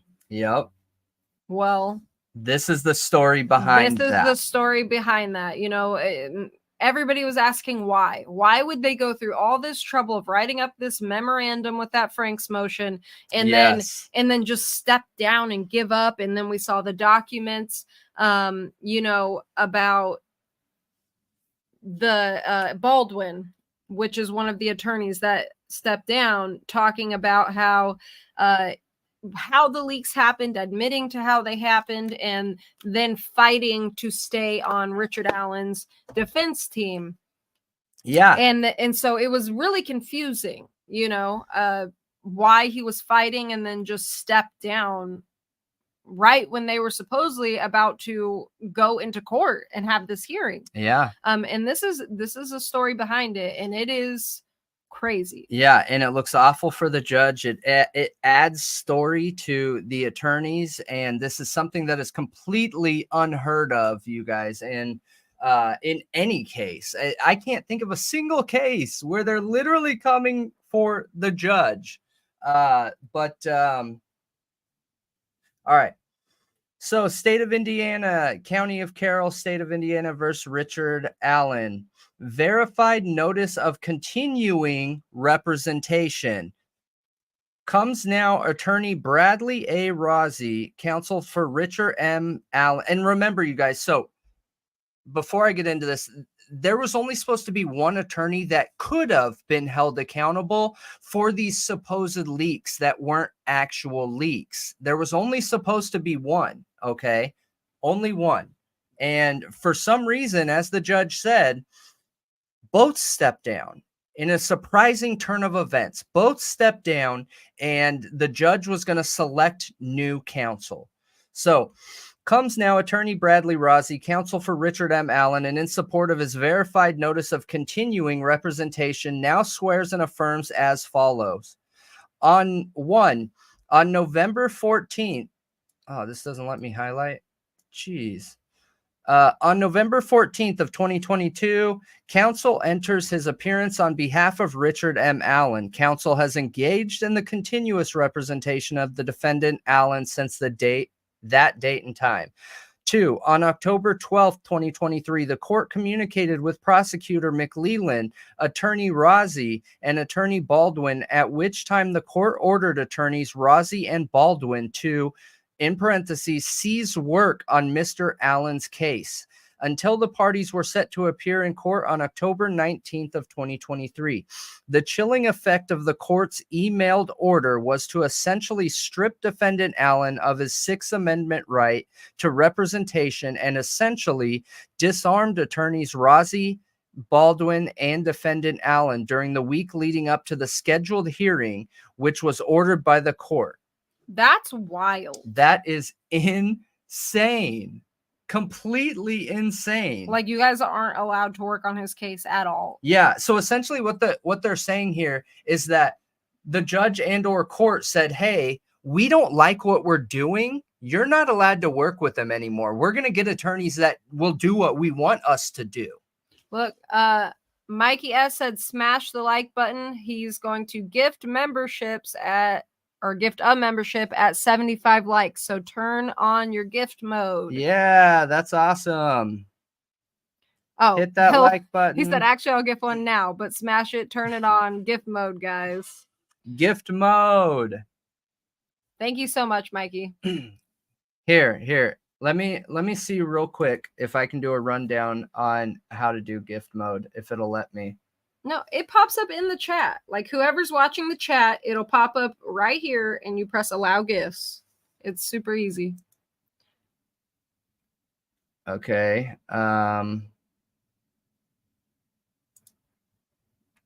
Does it show for me?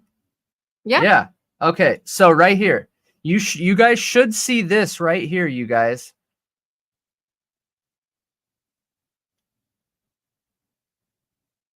And just click that allow gifts button.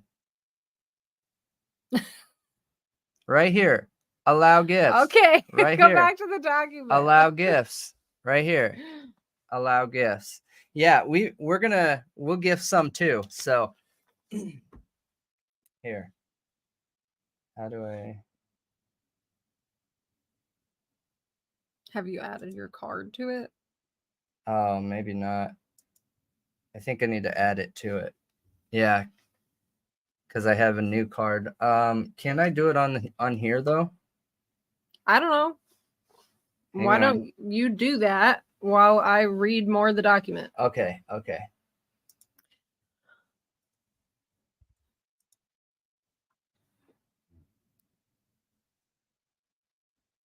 So we just did number 2. Number 3, in October 17th, 2023, email, Attorney Rossi requested a conference to determine what we, the court, prosecutor, and defense counsel, are trying to accomplish on Thursday, especially in terms of what is expected of us while we are on the record in open court. In response, the court ordered both the defense and prosecutor to appear in chambers at 12:30 p.m. on October 19th. So that's the date of the hearing. On October 19th, Attorney Rozzi and Baldwin appeared at the Allen County Courthouse in advance of the 2 p.m. hearing. This was prompted by Attorney Rozzi requesting that the parties communicate in advance of the scheduled hearing. Attorney Rozzi and Baldwin appeared in chambers on the 19th at approximately 12:30 p.m., at which time the prosecution was present. Attorney Rossi is of the understanding that the court reporter secured an audio recording of the in-chamber conference, which took place in 2 parts, which is important, meaning there's evidence of what is about to go down, what we're about to hear about. The court first conducted business as it related to several pending motions by communicating with the parties and issuing rulings on said motions. The court then read a prepared statement to attorneys Rossi and Baldwin identifying various issues throughout the case through which Attorney Rossi and Baldwin exercised gross negligence and carrying out their responsibilities as counsel for defendant Allen. I'm so curious, what were they? Yeah. What was those gross negligences? I mean, was it the memorandum? Was it the leak? Obviously, is I that think they're it? talking about the leak. It has to be, because here's the thing, though, with the memorandum. Okay, all memorandums, it's not like it's just factual where it's black and white. That's not how it works here. It's opinionated. They're coming forward with their opinion on this now. And their opinion was that these guys were part of a cult, okay? And when this came out, everyone was like, oh my gosh, they're full of it, dude. There's no way this is true. They are completely full of it, okay? Now, when we dug into it and looked into it, they weren't full of it. We now have statements of the guard saying, yes, I was wearing those. Yes, I do believe in this belief system, not Odin, but a Satruism. And that is telling there's something to this. There is something to this. You have Court TV and Vinny, who was a defense attorney for a long time, saying, whoa, there's something here, you guys. And then the first chance they get with a leak that we don't even know was from them, that we talked about in depth the other night around how unreliable text messages are.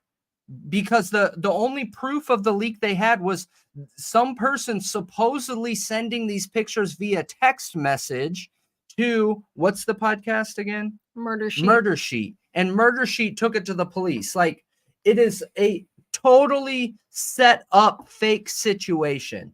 And if you guys have been watching us for a while, I barely ever side one way or the other until I have a very clear, very, very, very clear understanding of the case.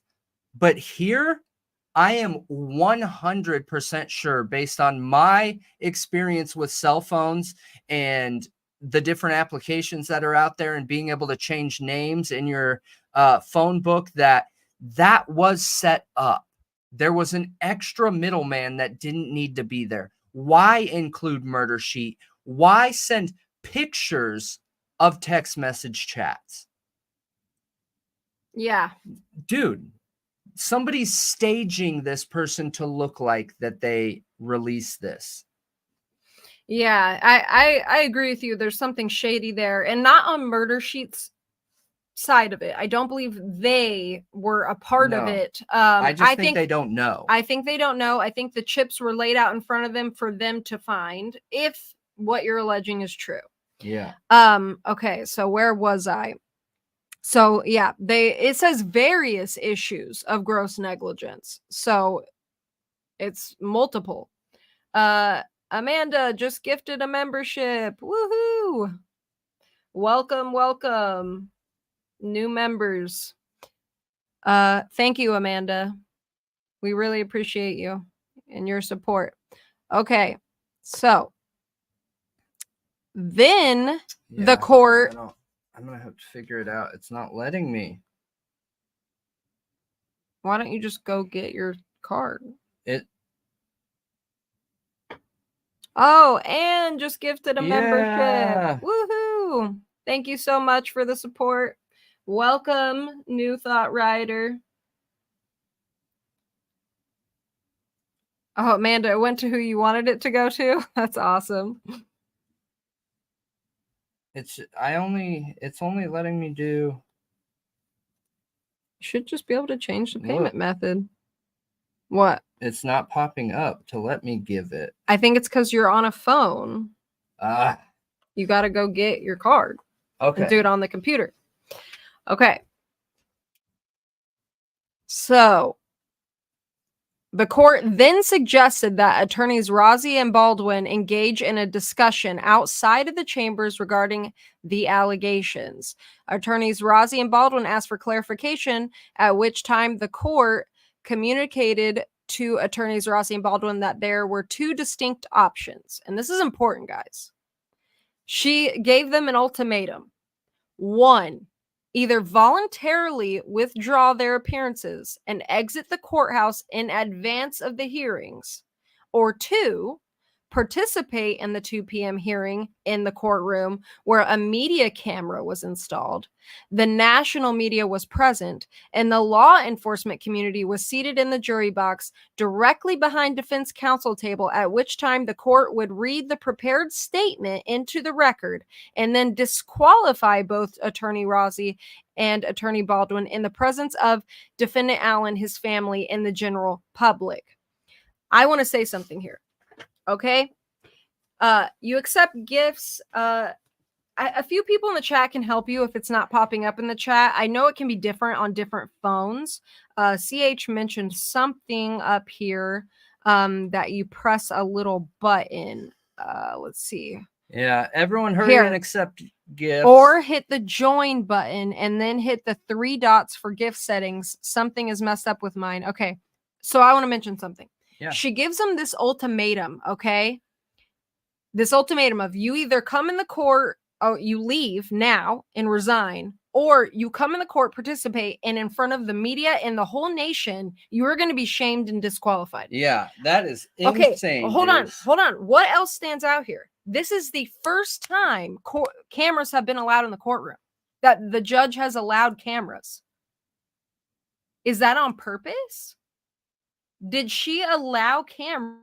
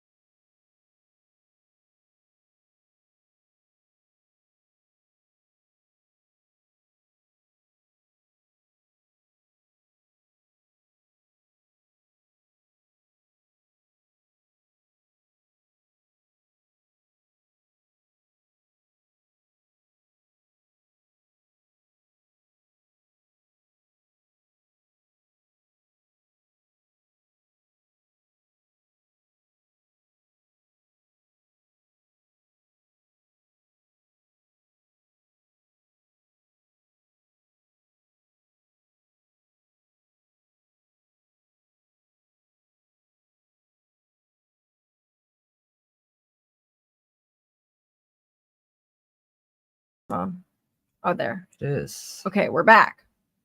We're back. Can you guys hear us? Can you hear us and see us?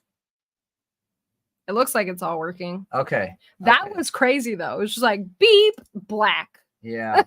Yeah, I know. Good night, Beth. Hold on. Yeah. Where were we? On this one? Right? Yeah, we were. Okay. And you need to go down to the next page. Hold on. I'm going to, because of that mistake and hiccup, just hang on here.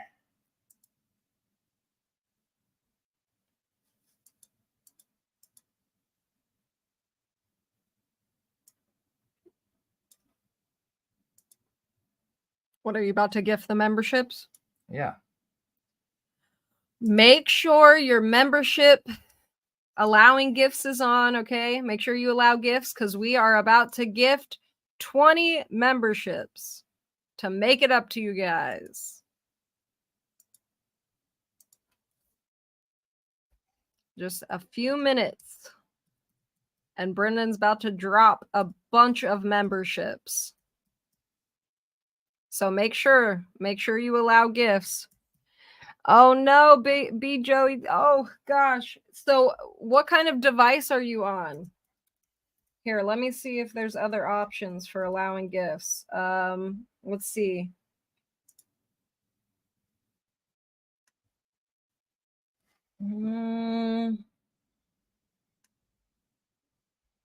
Here, why can't I allow gifts on YouTube?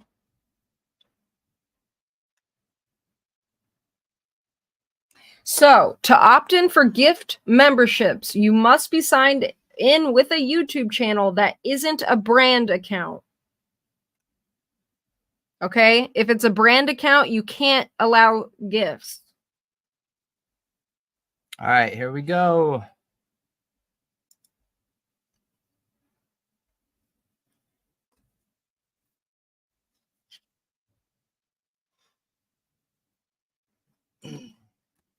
That was for our mistake. We apologize for that. Okay, so here, what you should see if you're subscribed, okay? Instead of the subscribe button, there will be a join button. You press that join button, and then there should be an option to allow gifts.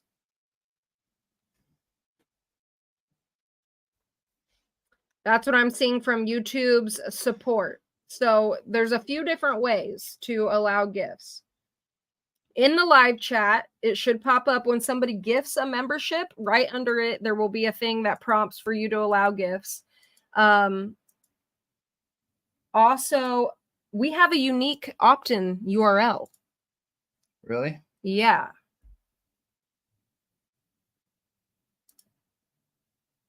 So link to channel page with allow gifts at the end. Okay, let me try posting that, okay? No, Butter, we don't have you blocked.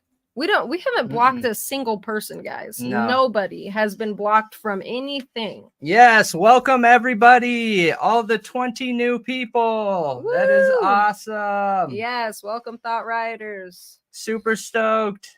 That is because we appreciate you for hanging out here through whatever the heck just happened. That shouldn't be happening, especially since we have like a super expensive, what's that called? Like a surge protector. So I don't know what the heck is going on there, but Maybe that's why it happened. yeah. Because it protected our really nice computer. Yeah. Yeah. Absolutely. Absolutely. Yeah, gift party. Okay, so I'm trying to put a link in the chat that you should be able to click to allow gifts. Okay. If it doesn't work, let me know. Where were we at? But supposedly, yep, there it worked. It worked. So it works. So if you're having trouble allowing gifts, press that link I just posted in the chat, and it should take you to our channel page, to the memberships one, and then a pop-up will pop up. Hey, Eric. And it'll automatically turn on gifts for you. Welcome, Eric. Yes, welcome all of you. Yeah, and no problem.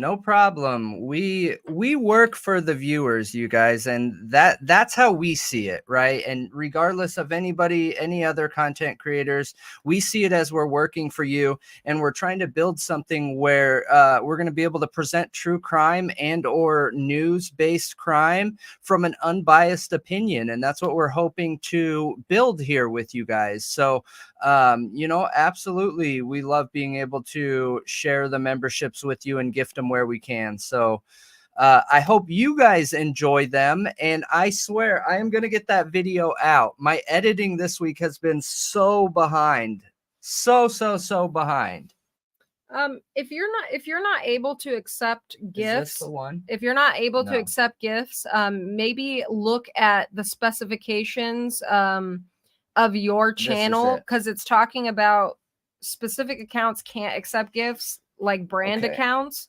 I don't understand exactly what that means, because I know we can accept gifts. Yeah. So We don't have anybody blocked on our blocked list, Butter. no, we I- haven't blocked anybody. No, I've never blocked anyone. Yeah. So here. So Okay, so- this is where I left off. Yeah. They gave the ultimatum, okay, Yep. of voluntarily withdrawing or participating in Not the they, hearing. the judge. The judge. The judge gave them an Yeah. ultimatum. So Yes. shady, dude.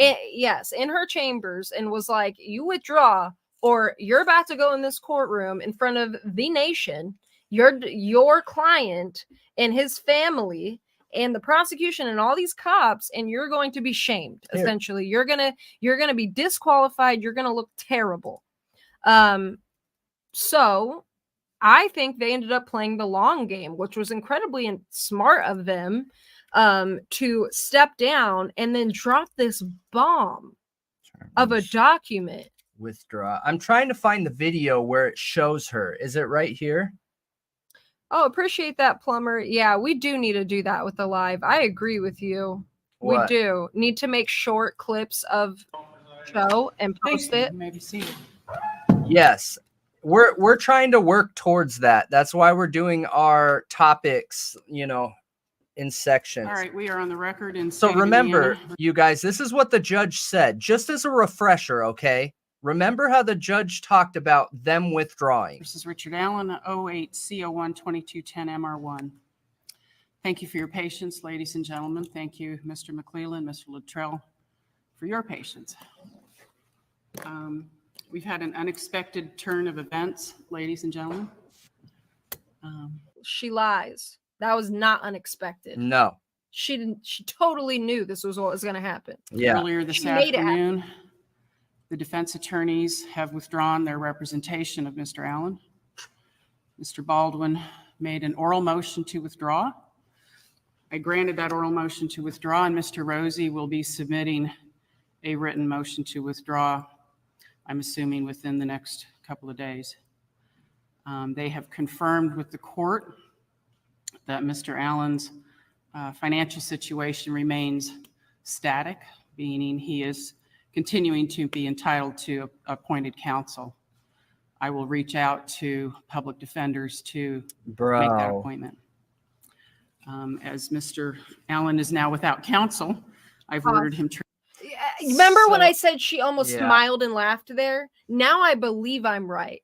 That she was Okay, happy. I'll give you that. She was happy about this. I knew it. I knew it. She was giggling to herself. And this is so much shadier now that we know what happened in her chambers behind closed doors. Yeah. The fact that she's coming out here acting like she had no idea this was going to happen, and he's now without cancel. Like, dude, play that again. It's so obvious to me she was Counsel. happy. I will reach out, remains static, meaning he is continuing to be entitled to appointed counsel. I will reach out to public defenders to make that appointment. As Mr. Allen is now without counsel, I've ordered him transported back Right to there. the Department of It Correction. was right there, right when she said, Mr. McClellan, now I know he's that we without have already counsel. Yeah. I Yeah. saw just something change where she's kind of like, she didn't straight up do that, but I could just see it in her expression. But Yeah. that's just that. Maybe that's just me.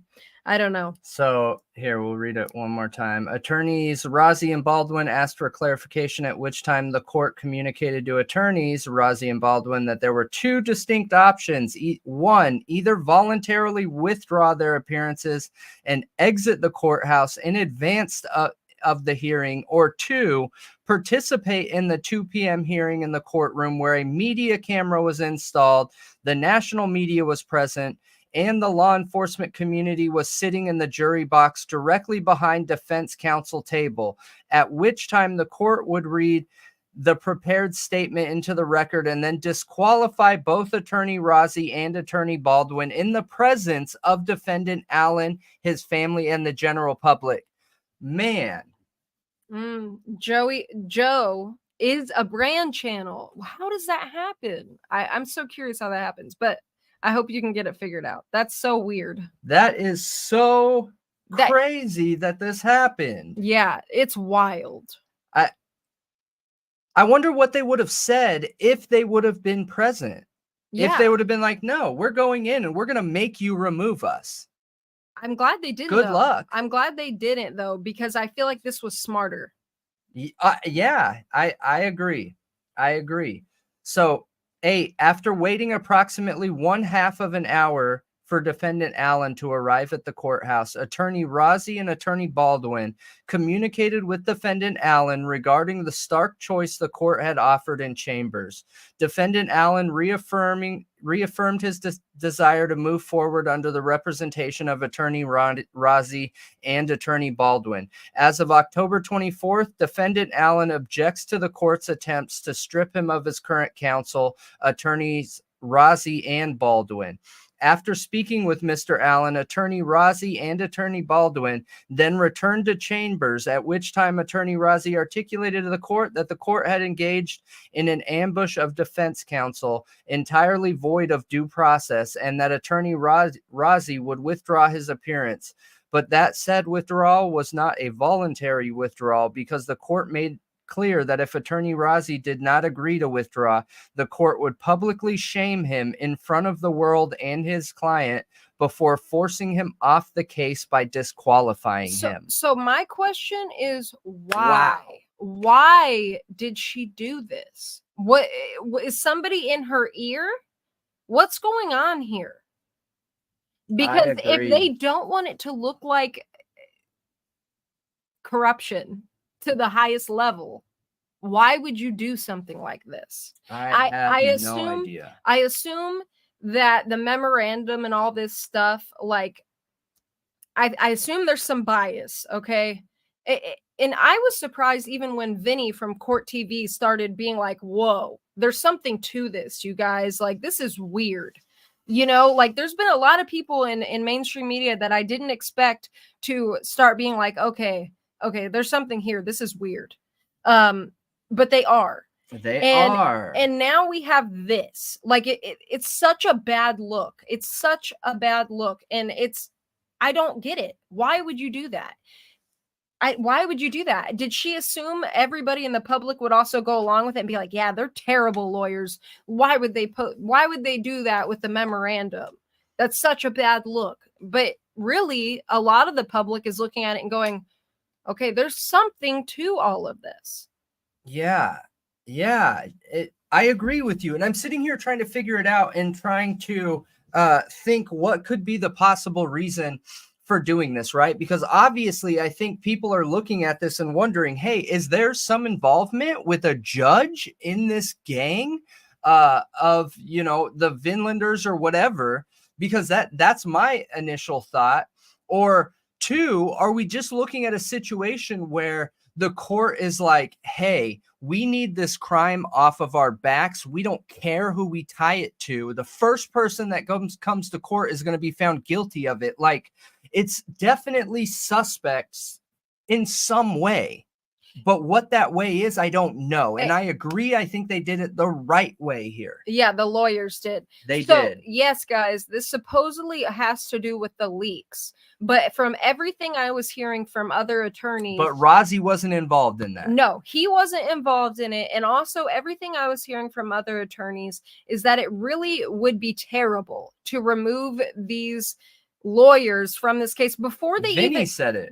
Vinny did too. Before we even knew, like, that we had that memorandum from Baldwin's lawyer explaining the leaks, explaining his, what happened, and him making the argument to stay on the case. Before we had any of that, lots of lawyers were saying, this could be a violation of rights. Like, this is not a good thing to do, to remove these lawyers from the case unless there's a conflict of interest. Like, this was an accident.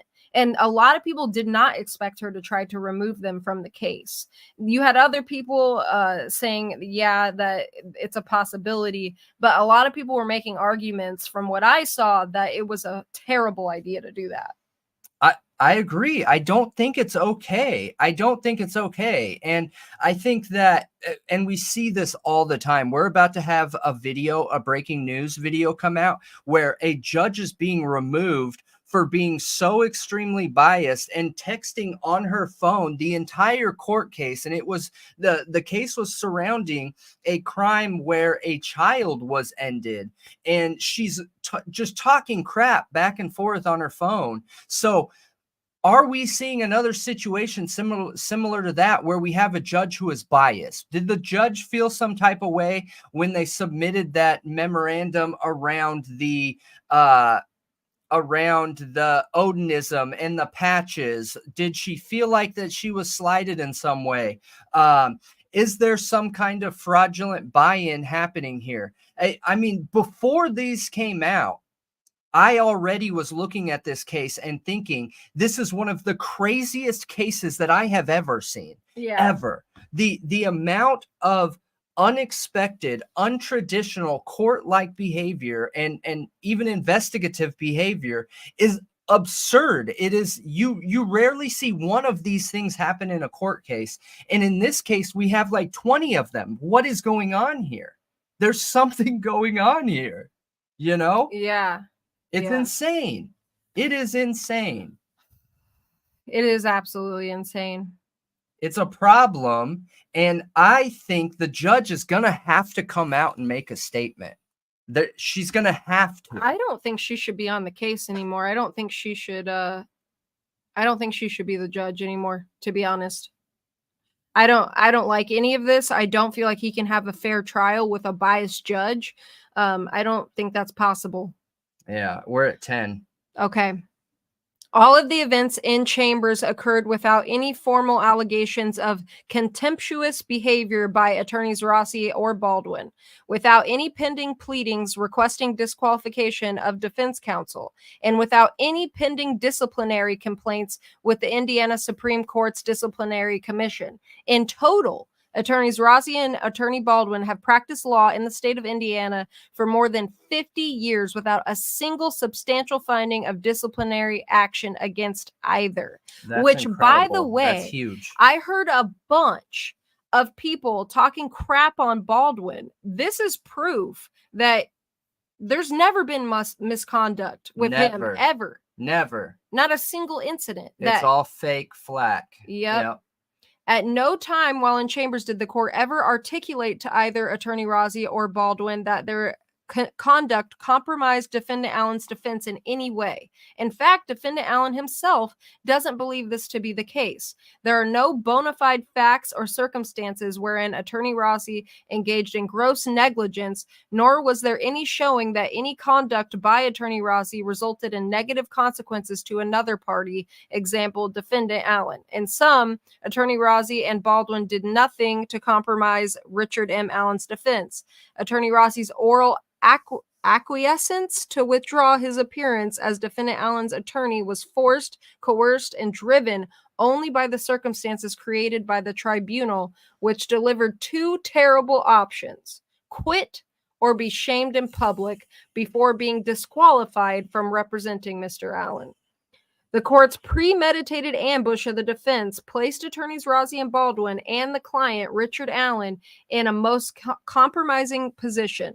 The trial court stated intention to read a prepared statement criticizing defense counsel created an impossible ethical bind. If counsel did not agree to withdraw in chambers, the trial court would publicly disparage their representation of the accused, framing their advocacy on his behalf as gross negligence, casting both counsel and the merits of their client's defense in a negative light. This public statement and circumstance created by the trial court risked tainting the jury pool, harming their client's defense, undermining their professional relationship with the client, and possibly creating an actual conflict for their continued representation, which I feel like is important. So clearly they know more than us. You know, we don't know the comments that she was going to make, okay? We don't know what she was going to say to disparage them and show their gross negligence, but clearly they believe it would have harmed the case significantly and the way that the public and possible jurors would see him and his lawyers, which, yeah, it absolutely would have, coming from a judge. Yeah, it's this whole situation to me sounds unfair. And honestly, I think they did the right thing here because look, a jury's success, not jury, attorney's success in their career is word of mouth. Okay. And this judge was expecting them to roll over. So what the history of them being involved in the Richard Allen case would have showed is that they came out with this wild Odinism claim and then were removed or stepped down. That would have been horrible for their career. They would have looked absolutely and completely untrustworthy, and that is not a fair assessment if there's worth to that memorandum, which it sounds like there is. We see proof in the statements made by the police, and we went through those in another video, in another live, that talked about how they came forward and said, yes, we were wearing these patches. Yes,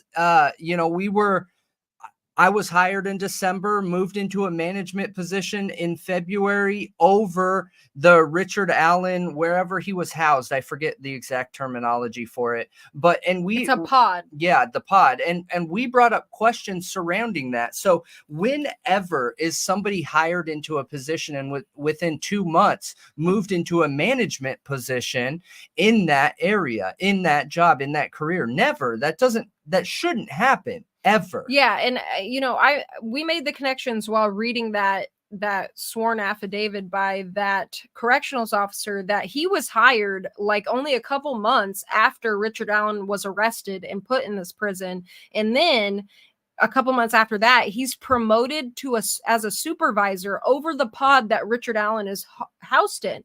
One of the most high profile defendants, a part of one of the most high profile cases in the nation. And this guy just walked in and in a couple months is supervisor over this guy. Didn't start working there till he was already there and is wearing these patches. Literally at the same time he got supervised over that area, they start wearing these patches. I know. It's really Convenient. strange. Really strange. Yeah. Look at the affidavit yourself. Absolutely always do your own research and confirm. But I found that very strange. And we put those connections together and it's apparent to me. It is strange. And the simple fact that they're wearing patches at all, it blew me away because I say this almost every time we talk about Delphi. When that memorandum came out, I right away was like, they're full of it. That's just the defense approach. There's nothing to that. There's no way. I don't believe it. And then we did some digging. Then we started looking into it. And then all of a sudden, we find that, hey, these guys really were wearing patches. Not only were they wearing patches, but they're claiming that they are a satruist, and they're claiming and they were moved into a management position in that pod in a suspect amount of time.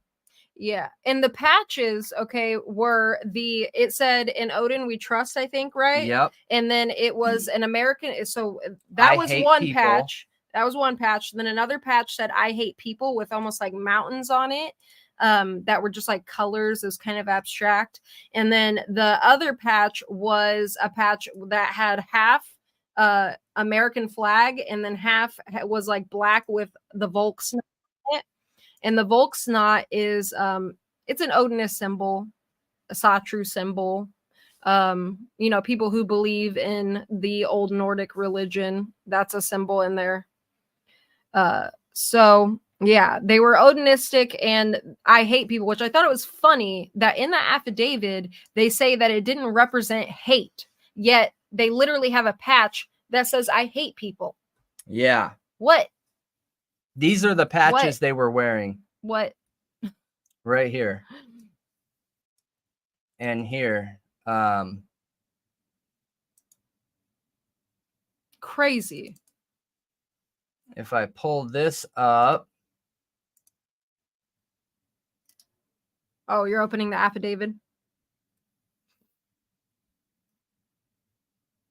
Yeah, it's important to show this. Yeah, right here. So this is Sergeant Randy Jones, correctional officer at Westville Correctional Facility, which is part of the Indiana Department of Corrections, affirms and swears to the following: that I am a correctional officer at Westville, that I have been assigned to WCU unit of Westville Correctional Facility since December 11, 2022, currently assigned to Pod B, that I have been an acting supervisor in a pod where the defendant is housed since late February, early March of 2023, that I do not practice Odinism, and that Norse paganism, heathenry, is my practicing religion.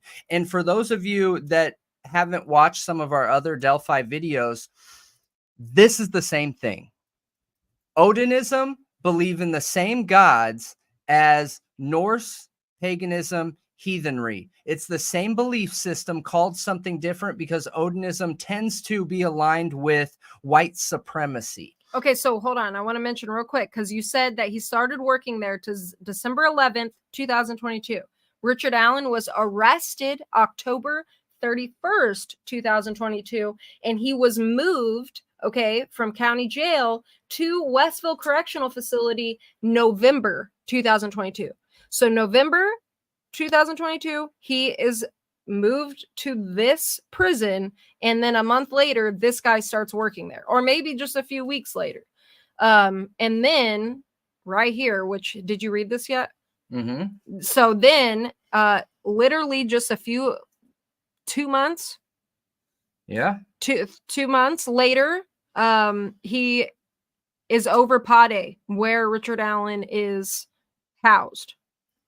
So remember, and wearing the patches. That includes new hire training. He started wearing the patches 6 or 7 months ago. I don't know how long their new hire training is, but I would assume that it's not some short little program like, hey, you got to go do this new hire training for 2 days to learn how to manage dangerous individuals. So those 2 months from December 11th to February or March, so it's either 60 to 90 days, he went through new hire training and was moved into a management position. And says that he's not an Odinist, but a Norse pagan heathenist. Yeah. Which is the same heathen, gods. A heathen, yeah. And it says on 5 that I do wear patches on my uniform that identify me as someone who practices Norse paganism, heathenry.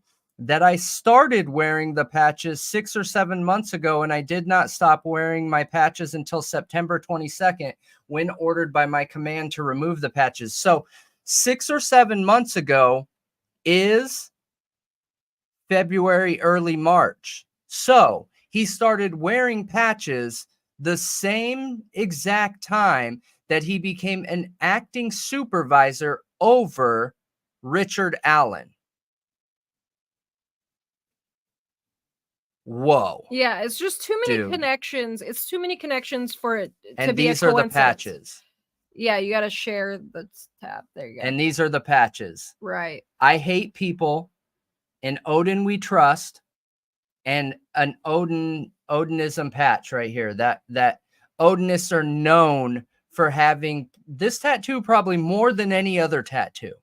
Yeah, I think he was a mole too. And, you know, the attorneys in the memorandum, Baldwin and Rossi, alleged that these guards were also not allowing them to have their client attorney privilege, which is being alone in a room without anybody else there listening. They would stand right outside. They would point cameras and make sure that Richard Allen was positioned so the cameras could see his mouth moving, so that they knew what he was saying, and they would literally never take eyes off him ever.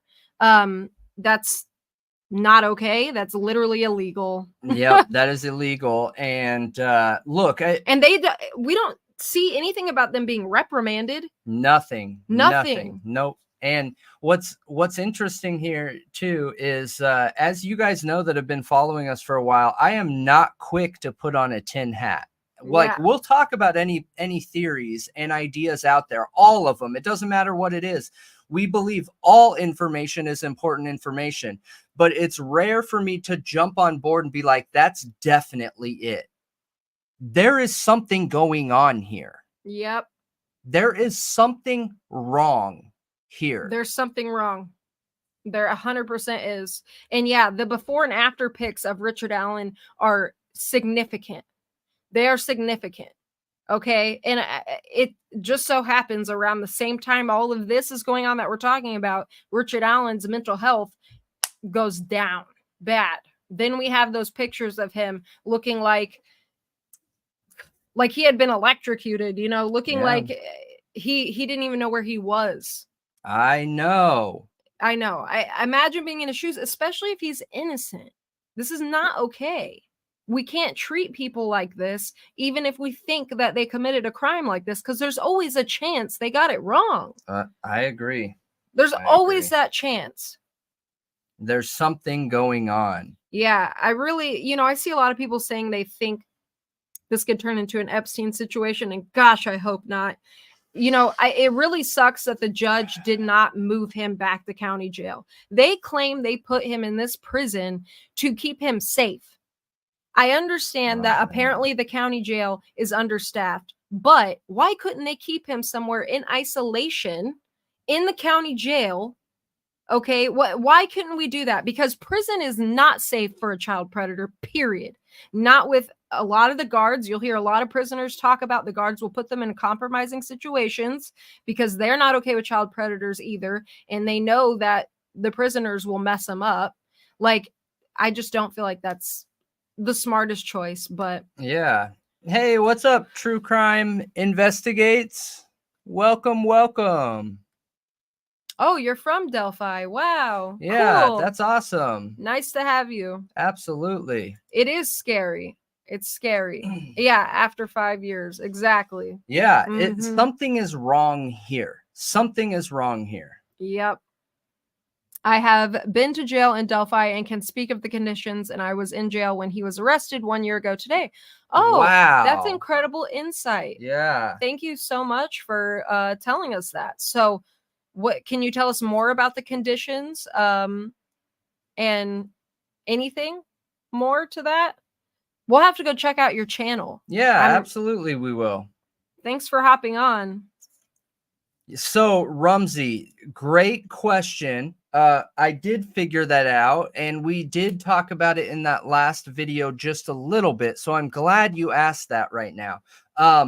He confessed 1 month after these two dudes became the supervisors of that pod. Yep. It was April 4th, I believe. It was early April. It's either April 4th or 7th or something like that.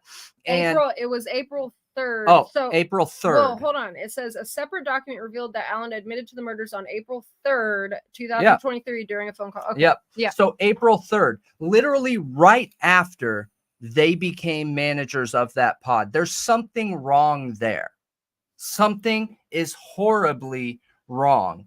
And in my opinion, in my humble opinion, the FBI needs to be brought back in, dude. Yep. There's problems here. There are some major problems here. Yeah, I'm going to be covering the Flora fires. That is a really good suggestion, and we're absolutely Yeah, it already is. looking into it. Okay. Made a documentary. So True Crime Investigate says, sure, I made a documentary and reenactment on the case. The jail is old Western style. All bars, only holds 35 people, very small town. And in the past, a man was going to be released on court errors. Whoa. Wow. Okay. See, the context around it is important. It's just prison specifically is concerning to me because, for one, we know that Vinlanders, okay, are prominent in prisons. Prominent. Mhm. So if there's any involvement there with the Vinlanders, that's a good spot to Yep. have somebody that you want to keep an eye on, or you want to put a hit on, or anything. Have them in prison. Yeah. There's a ton of Vinlanders in prisons all over the country. Absolutely. So that's one concern. Also, prison's not friendly to child predators. No, they aren't. And it's not uncommon for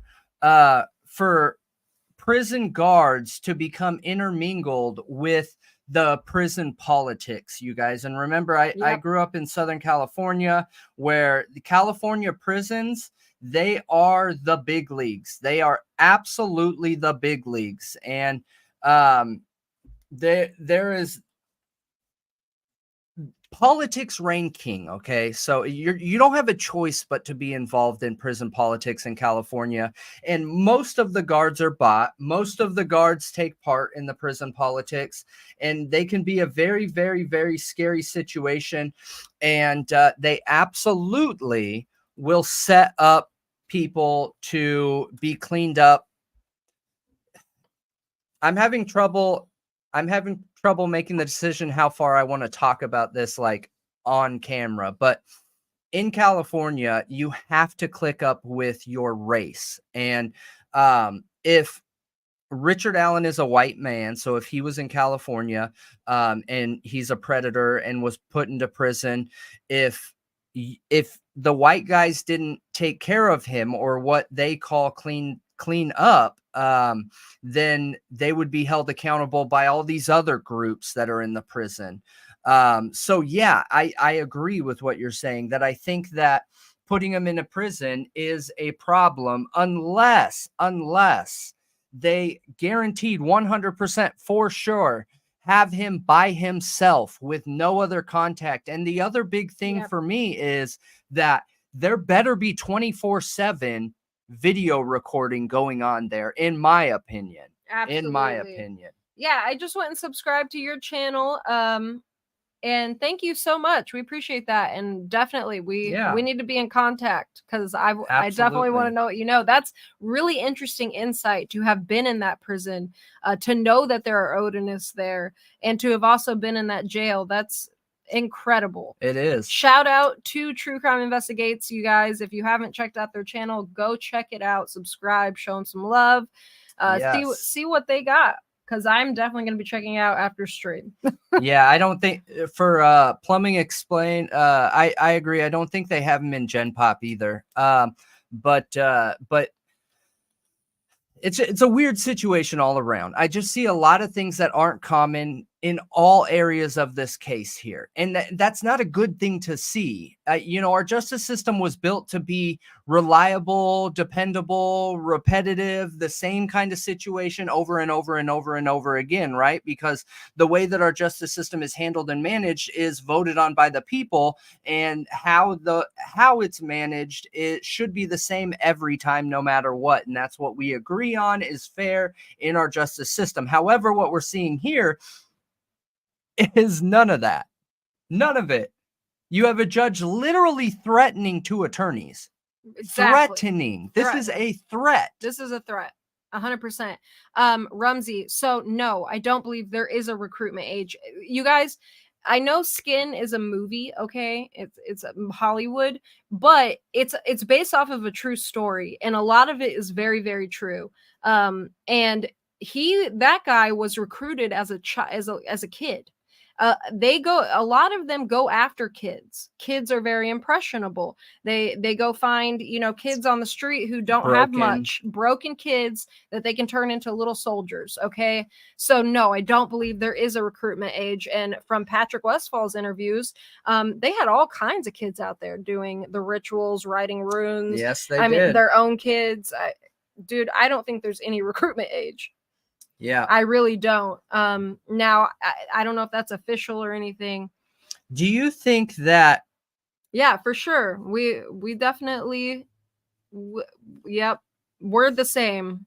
Do you think that these attorneys, okay, because and thank you very much. There's something I've had an issue with from the start, and that is when the memorandum came out, I don't like that they use the word cult here. Okay. Yeah. So do you think that these attorneys knew that there were people in the justice system very high up involved? Like, I'm not saying this judge is that, but I'm just saying, could they believe that there are judges, there are police officers, there are politicians, there are all these people involved in Odinism, and they felt like using the word cult was easier to swallow than using the word gang, because they were focused on the justice positions. You know what I mean? Yeah. Do you think that's why they use cult and not gang? Because it's easier to come out and say, hey, all these police officers are in a cult than it is to come out and say, hey, all these police officers are a gang. Maybe I think you're onto something there. I think that's very possible that that's the case. That it was for legal reasons that they did that. And the optics, the way it looks, you know what I mean? I've just I don't had know. big questions around that from the beginning, because I don't feel like it is a cult as much as it is a gang. But, you know, maybe there's a reason for that. To me, it sounds like these attorneys have done very good and made the right decisions all the way through this process. Even here, I commend them for this. Yeah, I do too. I love that they called out the judge and showed all of this to the public. So 16, Exposed it. the jury trial in this matter is set to commence on January 8th of 2024, a full 1 year and 3 months after the arrest of defendant Allen. The appointment of successor attorneys will prejudice defendant Allen by and through further delays in this case and trial. If, however, attorney Rozzi moves forward with his representation of defendant Allen, there will be no need for two newly appointed attorneys to dedicate hundreds and thousands of hours towards a mere review of the discovery, which continues to pour in as recent as late September. There will be no need to marshal all the discovery and return it to the prosecution. There will be no need to bring up to speed new staff members. I wonder if that's important. They don't want to release this discovery to the prosecutors. There will be no need to marshal all the discovery and return it to prosecution. There will be no need to bring up to speed new staff members, investigators, and possibly a new set of experts to address the many complicated issues that have already been addressed by the defense. A new defense team would likely result in a shifting of the strategy and approach of Allen's current defense team, which in turn would further delay and compromise Richard Allen's defense. Finally, any successor lawyer would have the convenience of working with attorney Rozzi to become familiar with the subject matter in a much more efficient and fiscally responsible way. All these truths weigh in favor of Richard Allen's choice to maintain attorney Rozzi as his counsel of record. There are no circumstances under Rule 1.16 of the Indiana Rules of Professional Conduct which warrant the withdrawal of Attorney Rozzi's representation of defendant Allen. Attorney Rozzi notices up this court of his intention to move forward with the representation of defendant Allen until a final disposition of this matter. Bam, that is the mic drop of all mic drops that I think that I've seen before. And this is sworn too. Yes, It's sworn. this is sworn. Absolutely. Is this the next one we should go to or no? Yeah. This is the next one. I just can't believe that we're at a point where this is going on. Yeah, it's unbelievable. It is unbelievable. And it's funny that we're being told that these two attorneys are taking part in some kind of gross negligence. In my opinion, if this is true, the only gross negligence has been in the state of Indiana, county of Carroll. Yeah, state of Indiana, and this judge. And I am not quick to point fingers at the justice system. Exactly. But this is scary. How would we trust the new court judge appointed lawyers Right. after this? And Exactly, Mikey. And I'm pretty sure if you guys watch one of our lives, the last live that we watched what the judge was saying, I felt like it was very strange that the judge came out and said, yeah, with this strange turn of events, I will be issuing new attorneys. Remember, I was like, if I was Richard Allen's wife, I would be on the phone till my fingers were bleeding, finding some kind of attorney of my own that will do this pro bono. Yep, I would be too. Because you cannot trust that.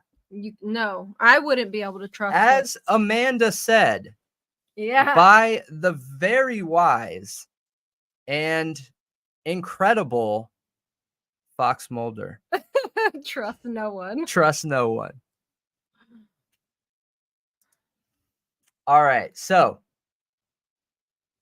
filed same day, as you can see, 10/25/2023. Motion to disqualify. Comes now the accused by counsel and pursuant to Rule 2.11 of the Indiana Code of Judicial Conduct and Rules, 12B and D of the Indiana Rules of Criminal Procedure, respectfully, and moves for recusal of any change of judge from Judge Francis C. Gull. Moves for recusal of and change. Yeah. Of judge. Wow. They're calling for the judge to be removed after this threat. Yep. This is not okay from a judge, in my opinion. But Rule 2.11 of the Indiana Code of attorneys have rights too. A judge just can't come swinging the hammer and be like, look, what I say goes. I don't care what's written in the law. That's just not how things work. All power, our justice system is set up in a way that all power is taken away from any one individual, including a judge, including these attorneys, including these prosecutor, including these police officers and investigators. None of them have singular power to change and or manage a situation into a singular favor or a personal favor, requires a judge to. So Rule 2.11 of the Indiana Code of Judicial Conduct requires a judge to disqualify himself or herself when the judge's impartiality might reasonably be questioned. Such is the case in this cause of action for the reasons described below. 2. The comments to Rule 2.11 provide additional guidance. Under this rule, a judge is disqualified whenever the judge's impartiality might reasonably be questioned, regardless of whether any of the specific provisions of paragraphs A1 through 6 apply. In many jurisdictions, the term recusal is used interchangeably with the term disqualification. 2. A judge's obligation not to hear or decide matters in which disqualification is required applies regardless of whether a motion disqualify is filed. 5. A judge should disclose on the record information that the judge believes the parties or their lawyers might reasonably consider relevant to a possible motion for disqualification, even if the judge believes there is no basis for disqualification. So essentially, they're saying what we said in the beginning of this. This judge is biased, okay? This judge is not allowed to make threats behind closed doors in this manner. If the judge is making a change to the court dynamic, to the attorneys, anything like that, it has to be publicly stated for the record. So the judge even talking about that behind closed doors broke the rule, broke the law. Yep. And exactly, Plumber. Judges aren't supposed to be putting themselves in the case like this. They are supposed to be like a referee, like you said. And that's one thing I wanted to mention is judges are usually highly looked up to because they've put in work. Yes, they have paid their dues. They've been the prosecutor or whatever. They've done all of it. They're usually older and, they've got a lot of time under their belt working in courtrooms. So they're usually really highly looked up to for good reason, but that doesn't mean it's impossible to have a corrupted or biased judge. They are human at the end of the day. They are able to be bought. They are able to be corrupted. So They're able to be biased. Like I said, Yep. look, what if I'm not saying this judge is an Odinist, okay? No. Is that possible? Sure. But it's also possible that this judge took such great offense to the memorandum that they submitted around the Odinism for making the entire trial up to that point look fake or false, that the judge became biased due to that. That is possible. Yep. To what now their judging is not trustworthy, you know? Yep. Like multiple people have said in the chat, the judge is supposed to be unbiased. Yeah. They're supposed to be totally impartial. Absolutely. 3, Judge Gohl has removed and concealed or allowed to be removed by the clerk of Carroll County defense pleadings from the chronological case summary in violations of the Indiana Supreme Court's administrative rules. Those pleadings include Frank's motion filed 9/18/23, Frank's memorandum filed 9/18/23, 3 affidavits of Warden Gallipo, Sergeant Jones, Sergeant Robinson's, that's one we just read, by the way, filed 10/10/23, and the affidavit of the leaker, Mitch Westerman. Judge Gohl has not removed or hidden any state filings. Indiana Access to Court Records Rule 2A provides, in pertinent part, all persons have access to court records as provided in this rule, and that certain persons have greater access to court records. The commentary to ACR Rule 2A is that all persons included members of the general public, the media, and commercial and non-commercial entities are entitled to the same basic level of access to court records. And ACR Rule 4 provides a court record is accessible to the public except and provided in Rule 5. ACR Rule 5A provides that certain entire cases shall be excluded from public access without notice of exclusion, but this entire case has not been declared confidential by statute or rule and meets none of the other criteria laid out in ACR Rule 5A. ACR Rule 5B provides the process for excluding individual case records. However, none of the 13 listed grounds for excluding public access to the records secreted from the docket in this case apply to the above referenced document, whether or which have either disappeared from the CCS or inaccessible to the public, nor were the documents filed using the procedures required by ACR Rule 5B, filing on green paper or filing electronically as confidential document along with an ACR form identified the specific grounds upon which exclusion is based.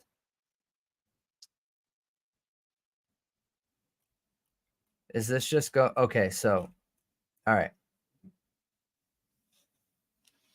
By secreting pleadings from the docket without following the access to court records rules, Judge Gohl has allowed violations of public access. Because those acts have only shielded documents from the defendant, these actions clearly demonstrate a lack of impartiality and fairness in violation of Judicial Rule 1.1, compliance with the law, and Rule 2.2, impartiality and fairness. On October 12, 2023, Judge Gohl instructed appointed counsel to cease work on Mr. Allen's case, which interfered with the attorney-client relationship and prejudiced the accused by denying him a timely, effective representation guaranteed him by the state and federal constitutions. On October 19, 2023, Judge Gohl conducted critical stage proceedings in chambers outside the presence of the accused, even though she had ordered him transported and he was available. She then did the same after placing his attorneys in an ethical dilemma and again creating a public record outside of the presence of the accused. This ignored clear precedent. On October 19th, Judge Gohl ambushed appointed counsel with a planned Hobson's choice designed to coerce withdrawals. The choice presented was to suffer a public shaming and be removed from the case or to voluntarily withdraw. Despite defense counsel requesting clarification as to the topics and or motions to be addressed at the October 19th, 2023 hearing. She gave defense counsel no notice of her plan to force withdraw or remove them, thus denying counsel the opportunity to adequately refute her accusations. That same day, Judge Gohl had a prepared statement that she threatened to read to the public, alleging defense counsel was grossly negligent in their representation of defendant Allen. Judge Gohl's complaint was more about not having control over counsel rather than any legitimate concerns that counsel had engaged in conduct that compromised Richard Allen's defense. A general summary This is gonna be a bomb drop. Judge Gohl's complaints are as follows. This is going to be a bomb drop, you Is it? guys. Yeah, this is the summary of her complaints, and they're claiming that she wanted control over them and what they were doing, Yeah. rather than actually worried about them being good attorneys. Right. And I find it really interesting that she was removing documents from public access, Yeah. which is clearly why the memorandum went offline quickly, and the affidavits. Yeah, we got an email. Brendan's typing it right now and gonna post it for you.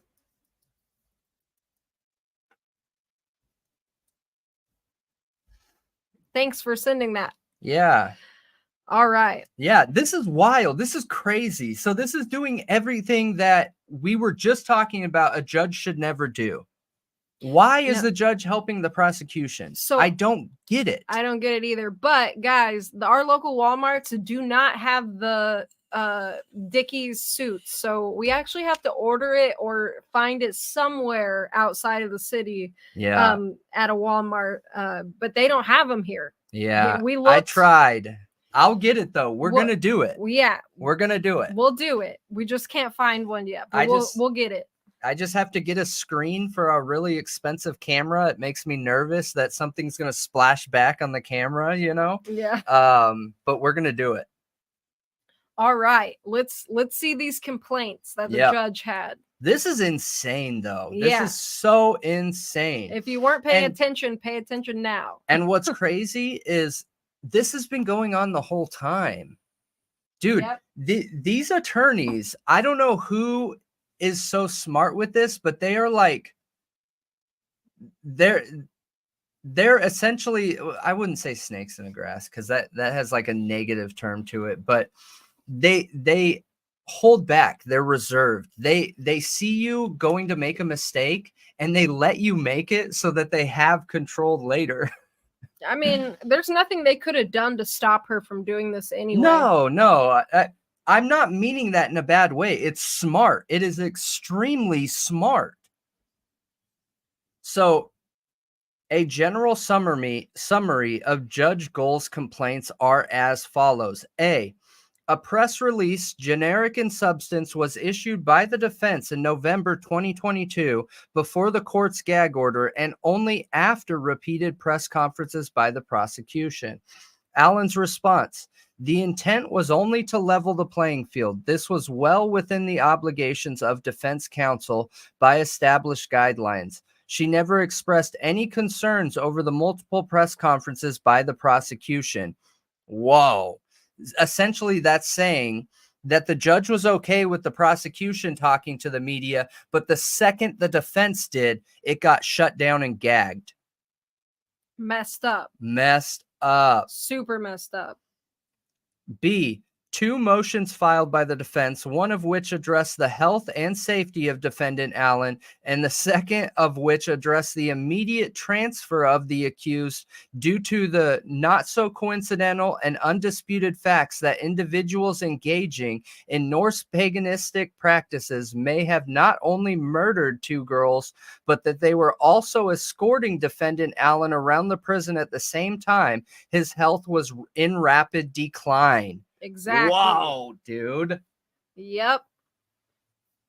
Crazy. That is a straight up attack. and like w- this isn't We have evidence We- clearly from those affidavits written by those correctional officers that they were over him as he was going through this, and they were wearing the patches. So I feel like this is just backed up by facts, period.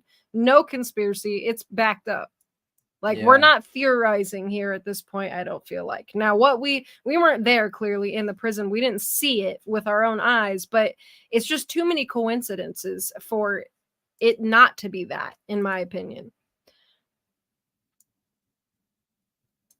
Oh, there we go. Yeah. Yeah. Nice. Yeah, I'm blind. All right. Okay, so we're right here. Alan's response. Allen's response. The court had previously ordered the accused transferred to a state prison at the request of the Carroll County Sheriff. His mental and physical health began an immediate decline. Prison guards in his area had Odinist emblems on their uniforms, which endangered their client after the Odinist connection was exposed. The defense had video of the patches, and the guards admitted they wore them. The defense had previously noted a connection between the murders and Odinism. The patches have since been removed. Mr. Rossi cited instances of abuse. Those filings were within the obligation established guidelines imposed for effective representation. C. Mr. Baldwin had drafted an email to co-counsel but sent it to the wrong person due to self-populating in the electronic mail. Allen's response. This was an accident that happens routinely to most people. The intended recipient, attorney Bradley Rossi, and the unintended recipient share the same first three letters of their names. The email attachment contained no substantiative information, just a bare bones outline of a tiny portion of the discovery received by the defense in this case. And remember, this is what the judge is saying to them, that this was their gross negligence. Okay, them accidentally sending an email to the wrong person that didn't have anything that was of any relevance in it. Okay, the motions that they were worried about his health. Okay, and also their press releases. So the fact that they tried to speak to the public, Yeah. the fact that they were worried about their client's health, the fact that they accidentally sent an email of no relevance to the wrong person. Dude, This is their gross negligence, apparently. I need to hire these attorneys. Yeah, seriously. Gosh. These guys So- are good. Okay, so here we go. Here's about the memorandum, okay, that alleged the Odinism. The court alleged that Mr. Baldwin put improper statements in his Frank's memorandum, not false or misleading statements, just improper in her opinion. Allen's response. The court had disdain for the defense for not filing it under seal, even though there was no order to do so. The memorandum was demanded by the prosecution before there could be a Frank's hearing. It is an impressive piece of legal writing and has been lauded by expert defense counsel across the nation. It again was required by applicable guidelines. So she had a problem with the memorandum. Yep. Knew that. Mr. Rossi had filed a tort claim notice to preserve the rights of his client. The court opined that this action amounted to gross negligence. The filing of the notice was intended to preserve the rights of a man who was shuttled off to one of the most secure detention units in the state, locked up and isolated with only a tablet, which was often dysfunctional to communicate with the outside world. Allen had no ability to speak with his wife in private, as his phone calls were all being recorded. Allen's own attorneys were required to make advance reservations to visit him at the prison. It is entirely impractical that Allen would have had the means to prepare his own tort claim notice and or secure private counsel to do so. So essentially, it's a complaint to the prison. His lawyers did it for him, Yeah. and they think that's gross negligence? Yeah. Isn't that their job? I don't think that Right. Thank you. I don't think that they have to. I think legally you're supposed to be able to go see your client whenever you want. I Right. could be wrong. Someone correct me, but I don't think that That's not typical. that is not typical. They should be able to just show up. You shouldn't need to call ahead of time and say, hey, bros, just want to let you know I'm coming at 1 p.m. Have your cameras ready so you can record us against the law. Okay. Okay, this is messed up. Another complaint of hers that's gross negligence is that Mr. Baldwin hired an attorney to represent him in this matter. The fact that he attorneyed up. Whoa. That's gross negligence? So this was not true. Mr. Baldwin was betrayed by a friend, and there was a subsequent related unaliving. Okay, we all know this. Whoever leaked it unalived themselves. As a friend and colleague, David R. Hennessy suggested he needed a lawyer to speak on his behalf, and he volunteered. No fee was arranged between the two. The court also alleged undersigned had put volatile facts in the memorandum regarding possible sanctions or disqualification. The true facts in a criminal case are often volatile. There was no untruth. There was nothing volatile in that memorandum. No. They're talking about the memorandum that Baldwin's attorney, which is David Hennessy, drafted and published that morning before the hearing, arguing to keep him on the case, explaining how the leaks happened. Dude, there was nothing wrong with it. Yeah, this is insane. There is, like I said earlier, I have never, ever seen one case where something like this has gone on. Yeah. Never. This is insane. Attorney-client, so this is true crime investigations. Attorney-client privilege gives them that right to see him anytime. Right. The prison had never experienced a pre-trial inmate until now. They're learning the hard way. Ooh, Yeah. they really are. Yeah, it's beyond comprehension. I totally agree. Yeah, it's absolutely sickening, you guys. It's wrong.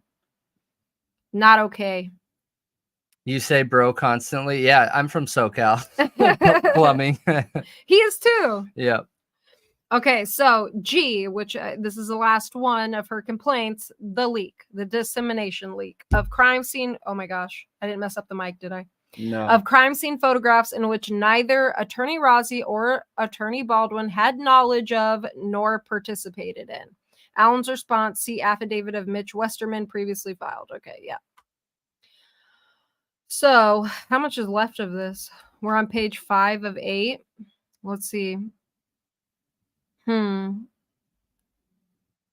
Should we finish it? Let me see. Is there more bombs dropped in it? Guidelines for criminal defense representation. The paramount obligation of criminal defense counsel is to provide zealous and quality representation to their clients. Yep, got that. American Bar. So everything cited by Judge Gohl as concerning was either not attributable to Attorney Rozzi or excellent and ethical lawyering in the best interests of the client's defense and mental and physical well-being. Yeah. Throughout the pendency of this proceeding, the defense has exposed untruths by law enforcement, withholding of exculpatory evidence by the prosecution, and discovery violations about which Judge Gohl showed no concern and did nothing. That's a bomb. The court has routinely expressed umbrage at the defense counsel's representation through investigations and filings while silently abiding the prosecution's discovery delays and false statements by them or their agents. On October 19th, 2023, Judge Gohl coerced an oral request to withdraw from Attorney Rozzi that did not comply with Rule 3.8H, Indiana Rules of Trial Procedure, and further coerced an oral request from Attorney Baldwin to withdraw as co-counsel in the cause. Judge Gohl has exhibited a lack of concern about and taken no action to protect the physical and mental health of the accused. There we go. Throughout these proceedings, Judge Gohl has exhibited a bias and prejudice against the accused and his attorneys and in favor of the prosecution.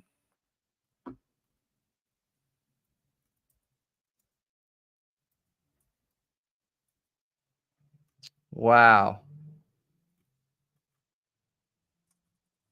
Yeah, we'll put these in our investigations tab on Discord. So if yes. you haven't joined Discord and you would like to be able to look at these documents, definitely go check it out.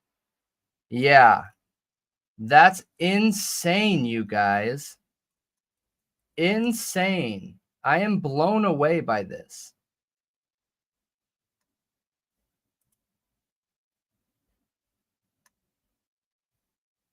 You're saying there's chat members blocking her? Even if a chat member blocks you, it wouldn't block you from our chat, I don't believe. No. I believe they could still talk. This was filed 10/26. So True Crime Investigation said, I sent you an email, some stuff, and I had the crime scene photos. They are real, and I submitted the tip to cops when Murder Sheet and Rick Snay didn't. Interesting. So they were sitting on them for a while before they turned them in? Dude, Murder Sheet has made me... Hey, do you have the Discord link? Can you post it? Yeah. I'll post it. Hang on. Yeah, we're gonna have Brendan's gonna post the Discord link, the invite link in the chat right now. So keep an eye out, guys. So what is this? The motion for continuance. The motion for continuance. Yeah, the motion for continuance and the other one I forgot what it's called. So never expired, no limit, generate new link, copy, bam, bam, bam.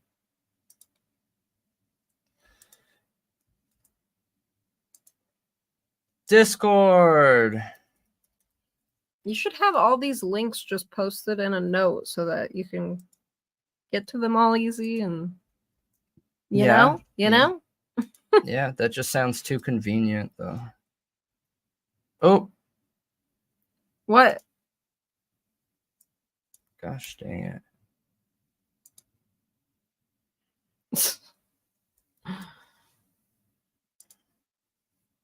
So, because no one can ever find this, make sure you guys join our Twitter, okay? We post stuff on Twitter all the time, and Twitter is connected directly with YouTube, so it's one of the easier ones to post, easier than Instagram. So there is that. And then we'll go through this document real quick here. Yeah, Violetta or anybody, any of you that want to join Discord, just click that invite link, and that gives you access to our Discord. It does. Oh, somebody said it's invalid. Okay, hang on. Hold on. So you have to generate a link every time, so they're different every time. But we'll post another one. Yep. Hang on one second.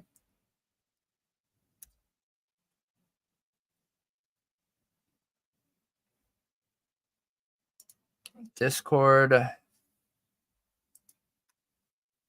Max users, no limit, expire never, generate new link, copy. There we go. Okay. Brand new one. Brand spanking new. Oh, nice. Amanda said you can search Thought Riot on Discord now. Oh, sweet. That's cool. Yeah. Oh, Mikey said that it worked for him. So yeah, for those of you that don't know, we are officially we're going to be officially a media company, and we got the blue check mark officially on Twitter, and we're working on all like the rest of the legal aspects. no problem, Violetta. I love my investigations and cases tab that I made. Yeah, for sure. It's one of my favorite parts of the Discord. And you guys can post if you find evidence anywhere. We have several users that also post evidence they find. It's so it doesn't get lost in the feeds, like in the general and all those tabs. Since it's a constant feed, anything you post will get lost eventually. So if you want it to be something people can click back to and we can chat on that one topic, if you go post it in the investigations tab, it'll be its own forum post that people can comment under, and it'll stay there. Which is awesome. Yeah.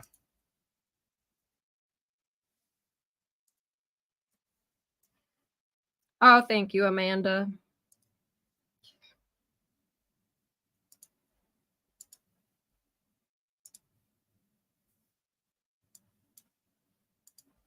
But this was wild. These document this is drops. insane. It took it to new heights for me. Yeah. A whole new level, which I already knew there was problems here, but this is like problems totally on another level, you guys. Yeah. And it really sucks for the families, the victims' families, and Abby and Libby. The fact that this kind of BS is going on in their case and affecting them getting justice. You know, it's absolutely despicable. Despicable. It is. I agree with you 100%. And When you have misconduct from, in any case, attorneys, correctional officers, law enforcement, judges, anybody in the case, it can really mess it up. And it's really unfortunate for the people who really, really deserve justice. And these girls and their families, if anybody deserves it, they deserve it. Just like the Idaho4 victims, you know. It's a horrible, tragic case, and especially in Delphi, it was unsolved for so long. yeah. And they finally have somebody, and now all this crap was piled on top of it. Yeah. It's a waste. It is a huge, huge, huge waste.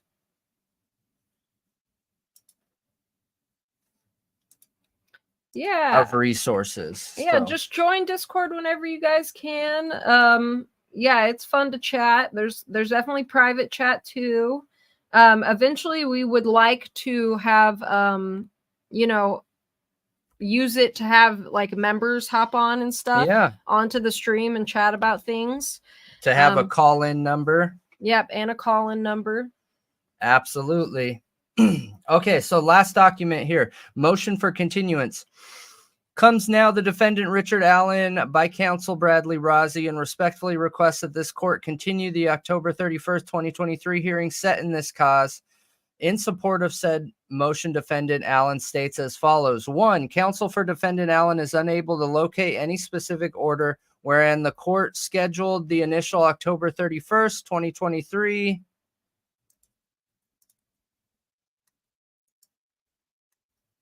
hearing date, nor is there any order which articulates exactly what matters were to be addressed and how much time was to be set aside to address said matters. 2, however, counsel does acknowledge that there have been discussions between the court and lawyers regarding the October 31st, 2023 hearing date and the possibility of the court conducting a hearing on the pending suppression motions filed by defendant Allen. 3, on September 18th, 2023, defendant Allen filed his motion for Frank's hearing. The court has yet to issue a ruling on said motion. 4, on October 2nd, 2023, defendant Allen filed his supplemental motion for Frank's hearing. The court has yet to issue a ruling on said motion. 5, on October 3rd, 2023, defendant Allen filed an additional Frank's notice. The court has yet to issue a ruling on the issues raised in said notice. 6, on or about October 14th, 2023, this court ordered defendant Allen's defense team to seize all work on defendant Allen's behalf and therein prohibit counsel from engaging in preparation for October 31st, 2023 suppression hearing or any other matters associated with this case. On October 19th, 2023, the court engaged in actions which resulted in the court ordering the oral withdrawal of Attorney Baldwin from this cause. 8, Attorney Rozzi remains the only active attorney of record in this cause. 9, on or about October 25th, 2023, Attorney Rozzi filed a motion to disqualify Attorney Rozzi believes that a full and final disposition on the motion to disqualify should take precedent over the issuance of any rulings on the Frank's motion, the disposition of the pending suppression matters, and any other matters of substance which are currently before the court. 10, further defendant Allen believes that any suppression hearing in this cause will require more than 1 day of the court's time and will require the appearance of witness, which most certainly cannot be secured between now and October 31st, 2023. And 11, it is for these reasons that defendant Allen requests that the hearing on October 31st, 2023 be continued to a date and time following a full and final disposition of the motion to disqualify, filed on October 25th, 2023, and for all other just and proper relief in the premises. Bam. Yep.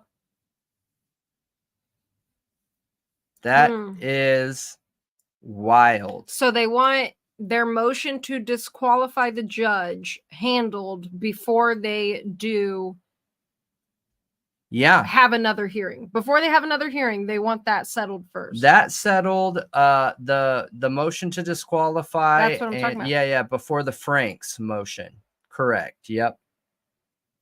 Interesting. I'm really curious to see how this is gonna go. Yeah, and I do think there's something funky going on here for sure. I feel like we've at least confirmed that so far. So True Crime Investigates StreamYard. If other people don't have StreamYard, can they still use it to call in? Yeah, that we're using StreamYard. Yeah, we are. Yeah. But like if they don't have StreamYard themselves because they're not a content creator, can they use it? Yeah, I link to believe call so. Yep, we just connect it through Google. Oh, okay. Yep. Absolutely.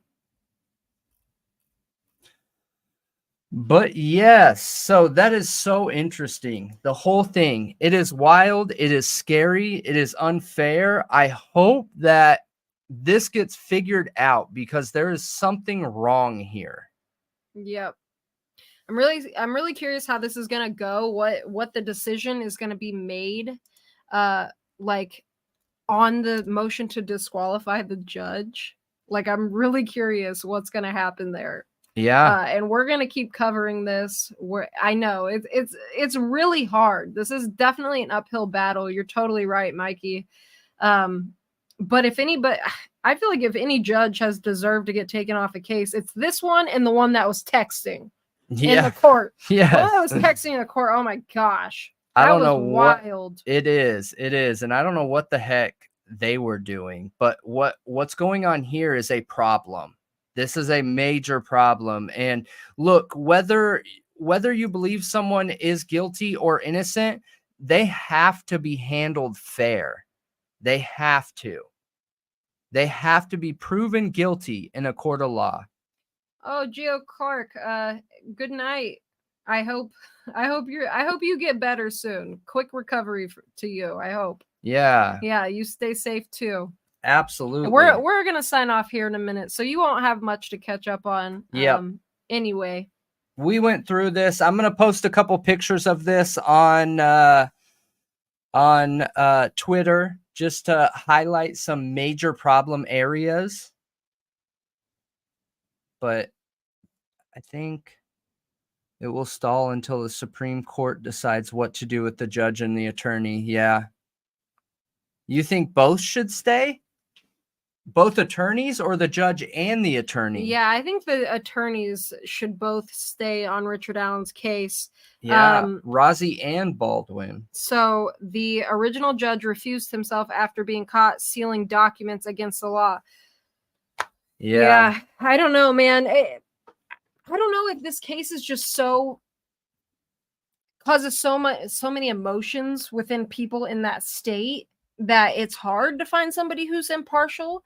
But surely there's a judge out there that can stay impartial. Like, and if they can't, then they got a problem in Indiana. Yeah, then that's another scary state to live in. Yeah. And didn't you say you live there, True Crime Investigates? Man. I would be terrified going to court. She was excited for that day, wasn't she? Yep.